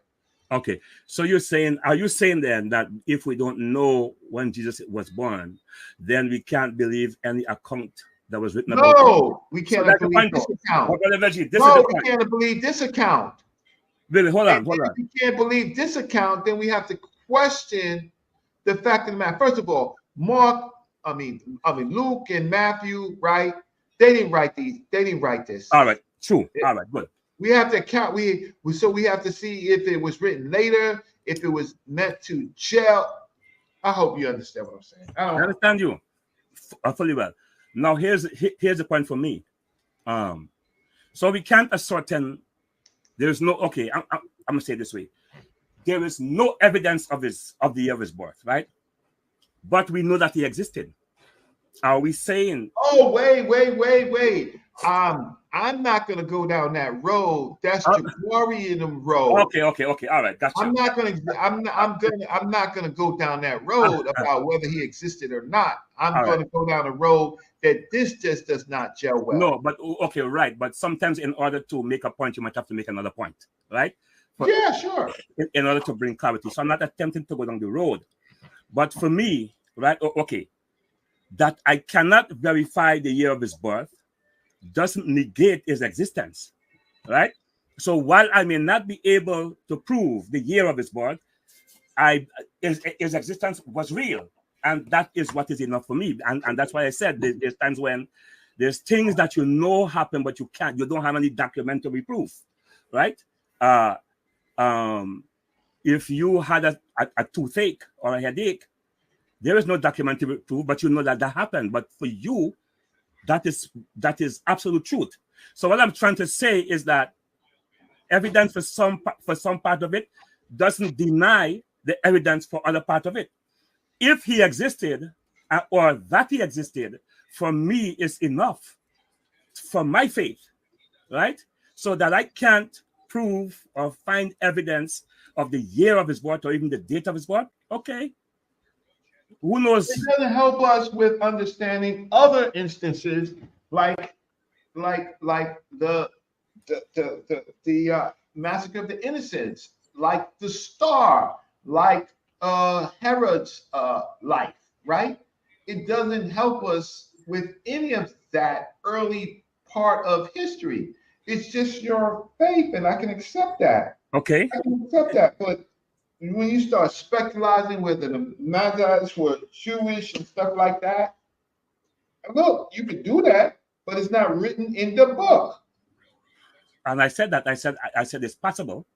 That means the possibility. Yeah, but I'm gonna exclude that because it's not in the book when I'm analyzing. Yeah. And then the fact is, now if the star caused the whole problem, right, in the massacre of evidence, then God caused the problem. Okay. Hey, God did it. God says he killed and makes alive, so that God caused a problem is not a big deal. God kills and makes alive, right? That's what he says in the word. Yeah, but why would he do that? That's his prerogative. Children. Why would he do that to innocent children? How you know they're innocent? It's called the massacre of the innocents. Huh? It's called the massacre of the innocents. No, who called it that? Okay, we're gonna look at it. You want it in Greek? We're gonna look. Let's see what the event. No. You know what? You could tell me who you know call it that. Who called it that the massacre of the innocents, and who said that they're innocent? But at the end of the day, sometimes. Go ahead. Sorry. No, go ahead. Oh, so if God calls it, God does these things already. It's shown, right? Shall there be evil in a city, and I, the Lord, have not done it? And some people say the word evil there means calamity. Okay, calamity. Shall there be a calamity in a city, and I, the Lord, have not done it? A sacrifice of innocent children. That's what. Look, now we're getting a little bit too far. All right, okay. We're getting a little bit too far with this because I'm not doing it. But you see, it's because of questions asked, and there's ways sometimes you may ask a question on one point, and in order to bring clarity to that one point, you might have to go to another point sometimes. But right? some things don't demand an answer; they just demand facts. Right. I don't need, and I keep saying, I even showed, right? I said I read. I don't remember where I read two. I think it was two Christian maybe PhDs who said that the account of Matthew 2 with the star and all of that is not in any other like non-biblical, like you have Josephus and Pliny and all those. None other biblical source has it. I don't know if they're right, but I read behind them. I don't remember if it was R.C. Sproul. I'm not gonna call no names because I don't remember, right? So I'm saying, yeah, there's no other evidence for it. So if you are looking for evidence outside of this narrative, as far as I know, there's none. Okay. Right? So it's called the slaughter of the infants, not the slaughter of the infants. The same thing, pretty much. Not the massacre of the innocents, but that's the other name. But the fact of the matter is, the star caused all this. It caused the Magi to look up, to resolve it with their prophecy, go all the way to Jerusalem, still looking for the star till they get to Bethlehem, right? And then after they leave, then Herod now. But the question is, again, what is the date, year of this So fine. So let's just leave it there. I don't So know. family, I'm gonna close out the show. Okay. Brother Reggie, thanks for having me on. Pastor Phil, you're always welcome. Let me know when you're going back to the museum, man. Just let me know, bro. Peace, Pastor Phil. Brother Santan, peace, Brother Mel. Peace unto you, man. Peace, Brother Mel. Hey, Mel, thanks for coming on. Elder Suntan, my brother, thanks for stopping through. Thanks even for Yara to stop through. And Pastor Phil, thanks for running a quarterback home. I appreciate it. We just have some questions to ask, and I am not. I get disrespected. I'm not disrespectful. I'm just no, you're not. No. Let me just say one more thing. It's always good because I do the same thing, right? And the reason that I've come to the point I am now is because I kept asking questions of my elders, my teachers, right? If you tell me 1 and 1 is 2, and then you say 1 and 1 is 11, then then I'm gonna ask questions. But how come, right? Questions are there to be asked. And sometimes what happens is that when you ask people who are teaching questions, if they cannot answer the question, they get irritated. But the best thing to do is to say, you know what, I really don't know, or let me go and do some research and come back at you, right? See if you can get some more information. But to say I don't know, it doesn't make you less of a man. To me, it doesn't make you any less spiritual.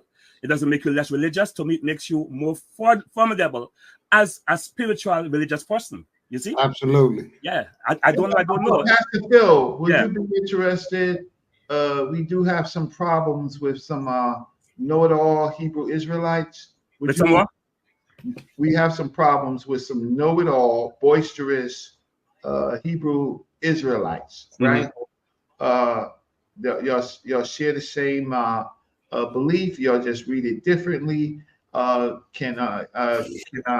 you give me message me, give me your email, and would you be interested in having a conversation or debating one of these groups or people? Yes, I'll have a conversation with, and yes, I don't mind. But me and some of them Israelites are very cool, So, but yes, how can you be cool with them? How can I be cool with them? Because they're human beings and they've shown me love. You see what I'm saying? Apart from the differences in belief, they've shown me love, right? Can I name a name? I can name a name right now who has shown me love when I was hungry, man. One of them Israelites, Elder Tahar. Tahar back in the 90s. I was hungry, he didn't know.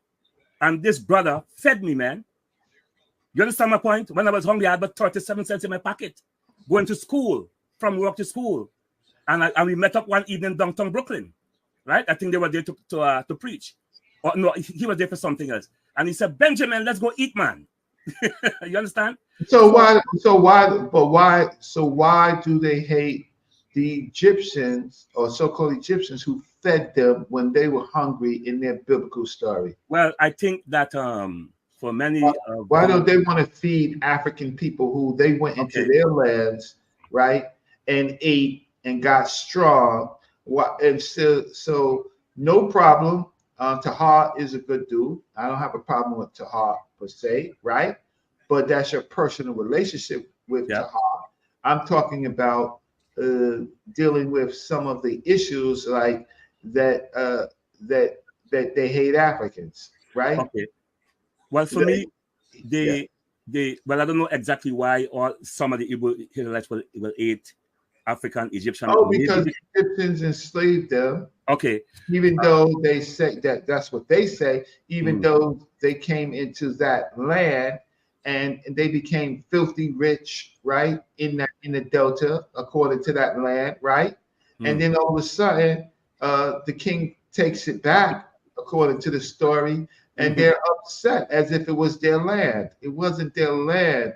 Their land was Canaan. Keep your ass in Canaan. Brother Reggie, hold on, bro. Yeah.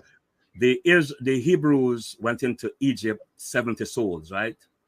When they came out, I forgot I forgot the hundreds of thousands, maybe millions if possible, right? Yeah. But they were in Egypt for about 430 years thereabout. They were not always oppressed in Egypt. They were fed well. They were treated well in Egypt until, according to what the scripture says, there arose a Pharaoh who did not know Joseph. Right. Yeah. Okay, come on. Right. So it's not so it may be one Pharaoh that did not know them. They are such. Right. So it's pathetic. possible the Israelites maybe they have some hatred for that or some Right, ignorance. but this is something that happened thousands of years ago. Yeah, But then to yeah. bring it out, and then in the Bible says, "Do not abhor the Egyptian. the Egyptian," and so Yeah. they don't. So listen, listen, Pastor Phil, come on Yep. anytime.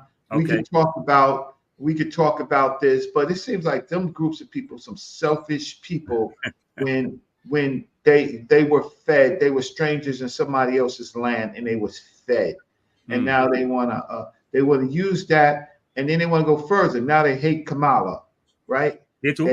They hate Kamala Harris. They hate Obama, right? But they love Trump. Trump got policies. Mm-hmm. Trump got policies for our people. So with that said, I'm gonna close the show. Pastor Philip, thank you so much. Elder Yara, thank you so much. Elder Yara, where is Elder Yara? You know what? No, I kicked him off because he kicked himself off. Okay, peace to everybody, man. Peace. You know. Thanks everybody for a great show. I hope Yes, sir. liked it. And Catch y'all a little bit later. Thank you so much, Suntan. Elder Suntan. Take care. Peace. Peace. Thank you. Okay, so there we have it, family. What this 2-3 hour long show, we didn't get the answer about whether the year that Christ was born, though it should be important, we didn't get it resolved, right? So we will have probably another show on another aspect of Christ or another aspect of some other figure, right? Why? Because it's important.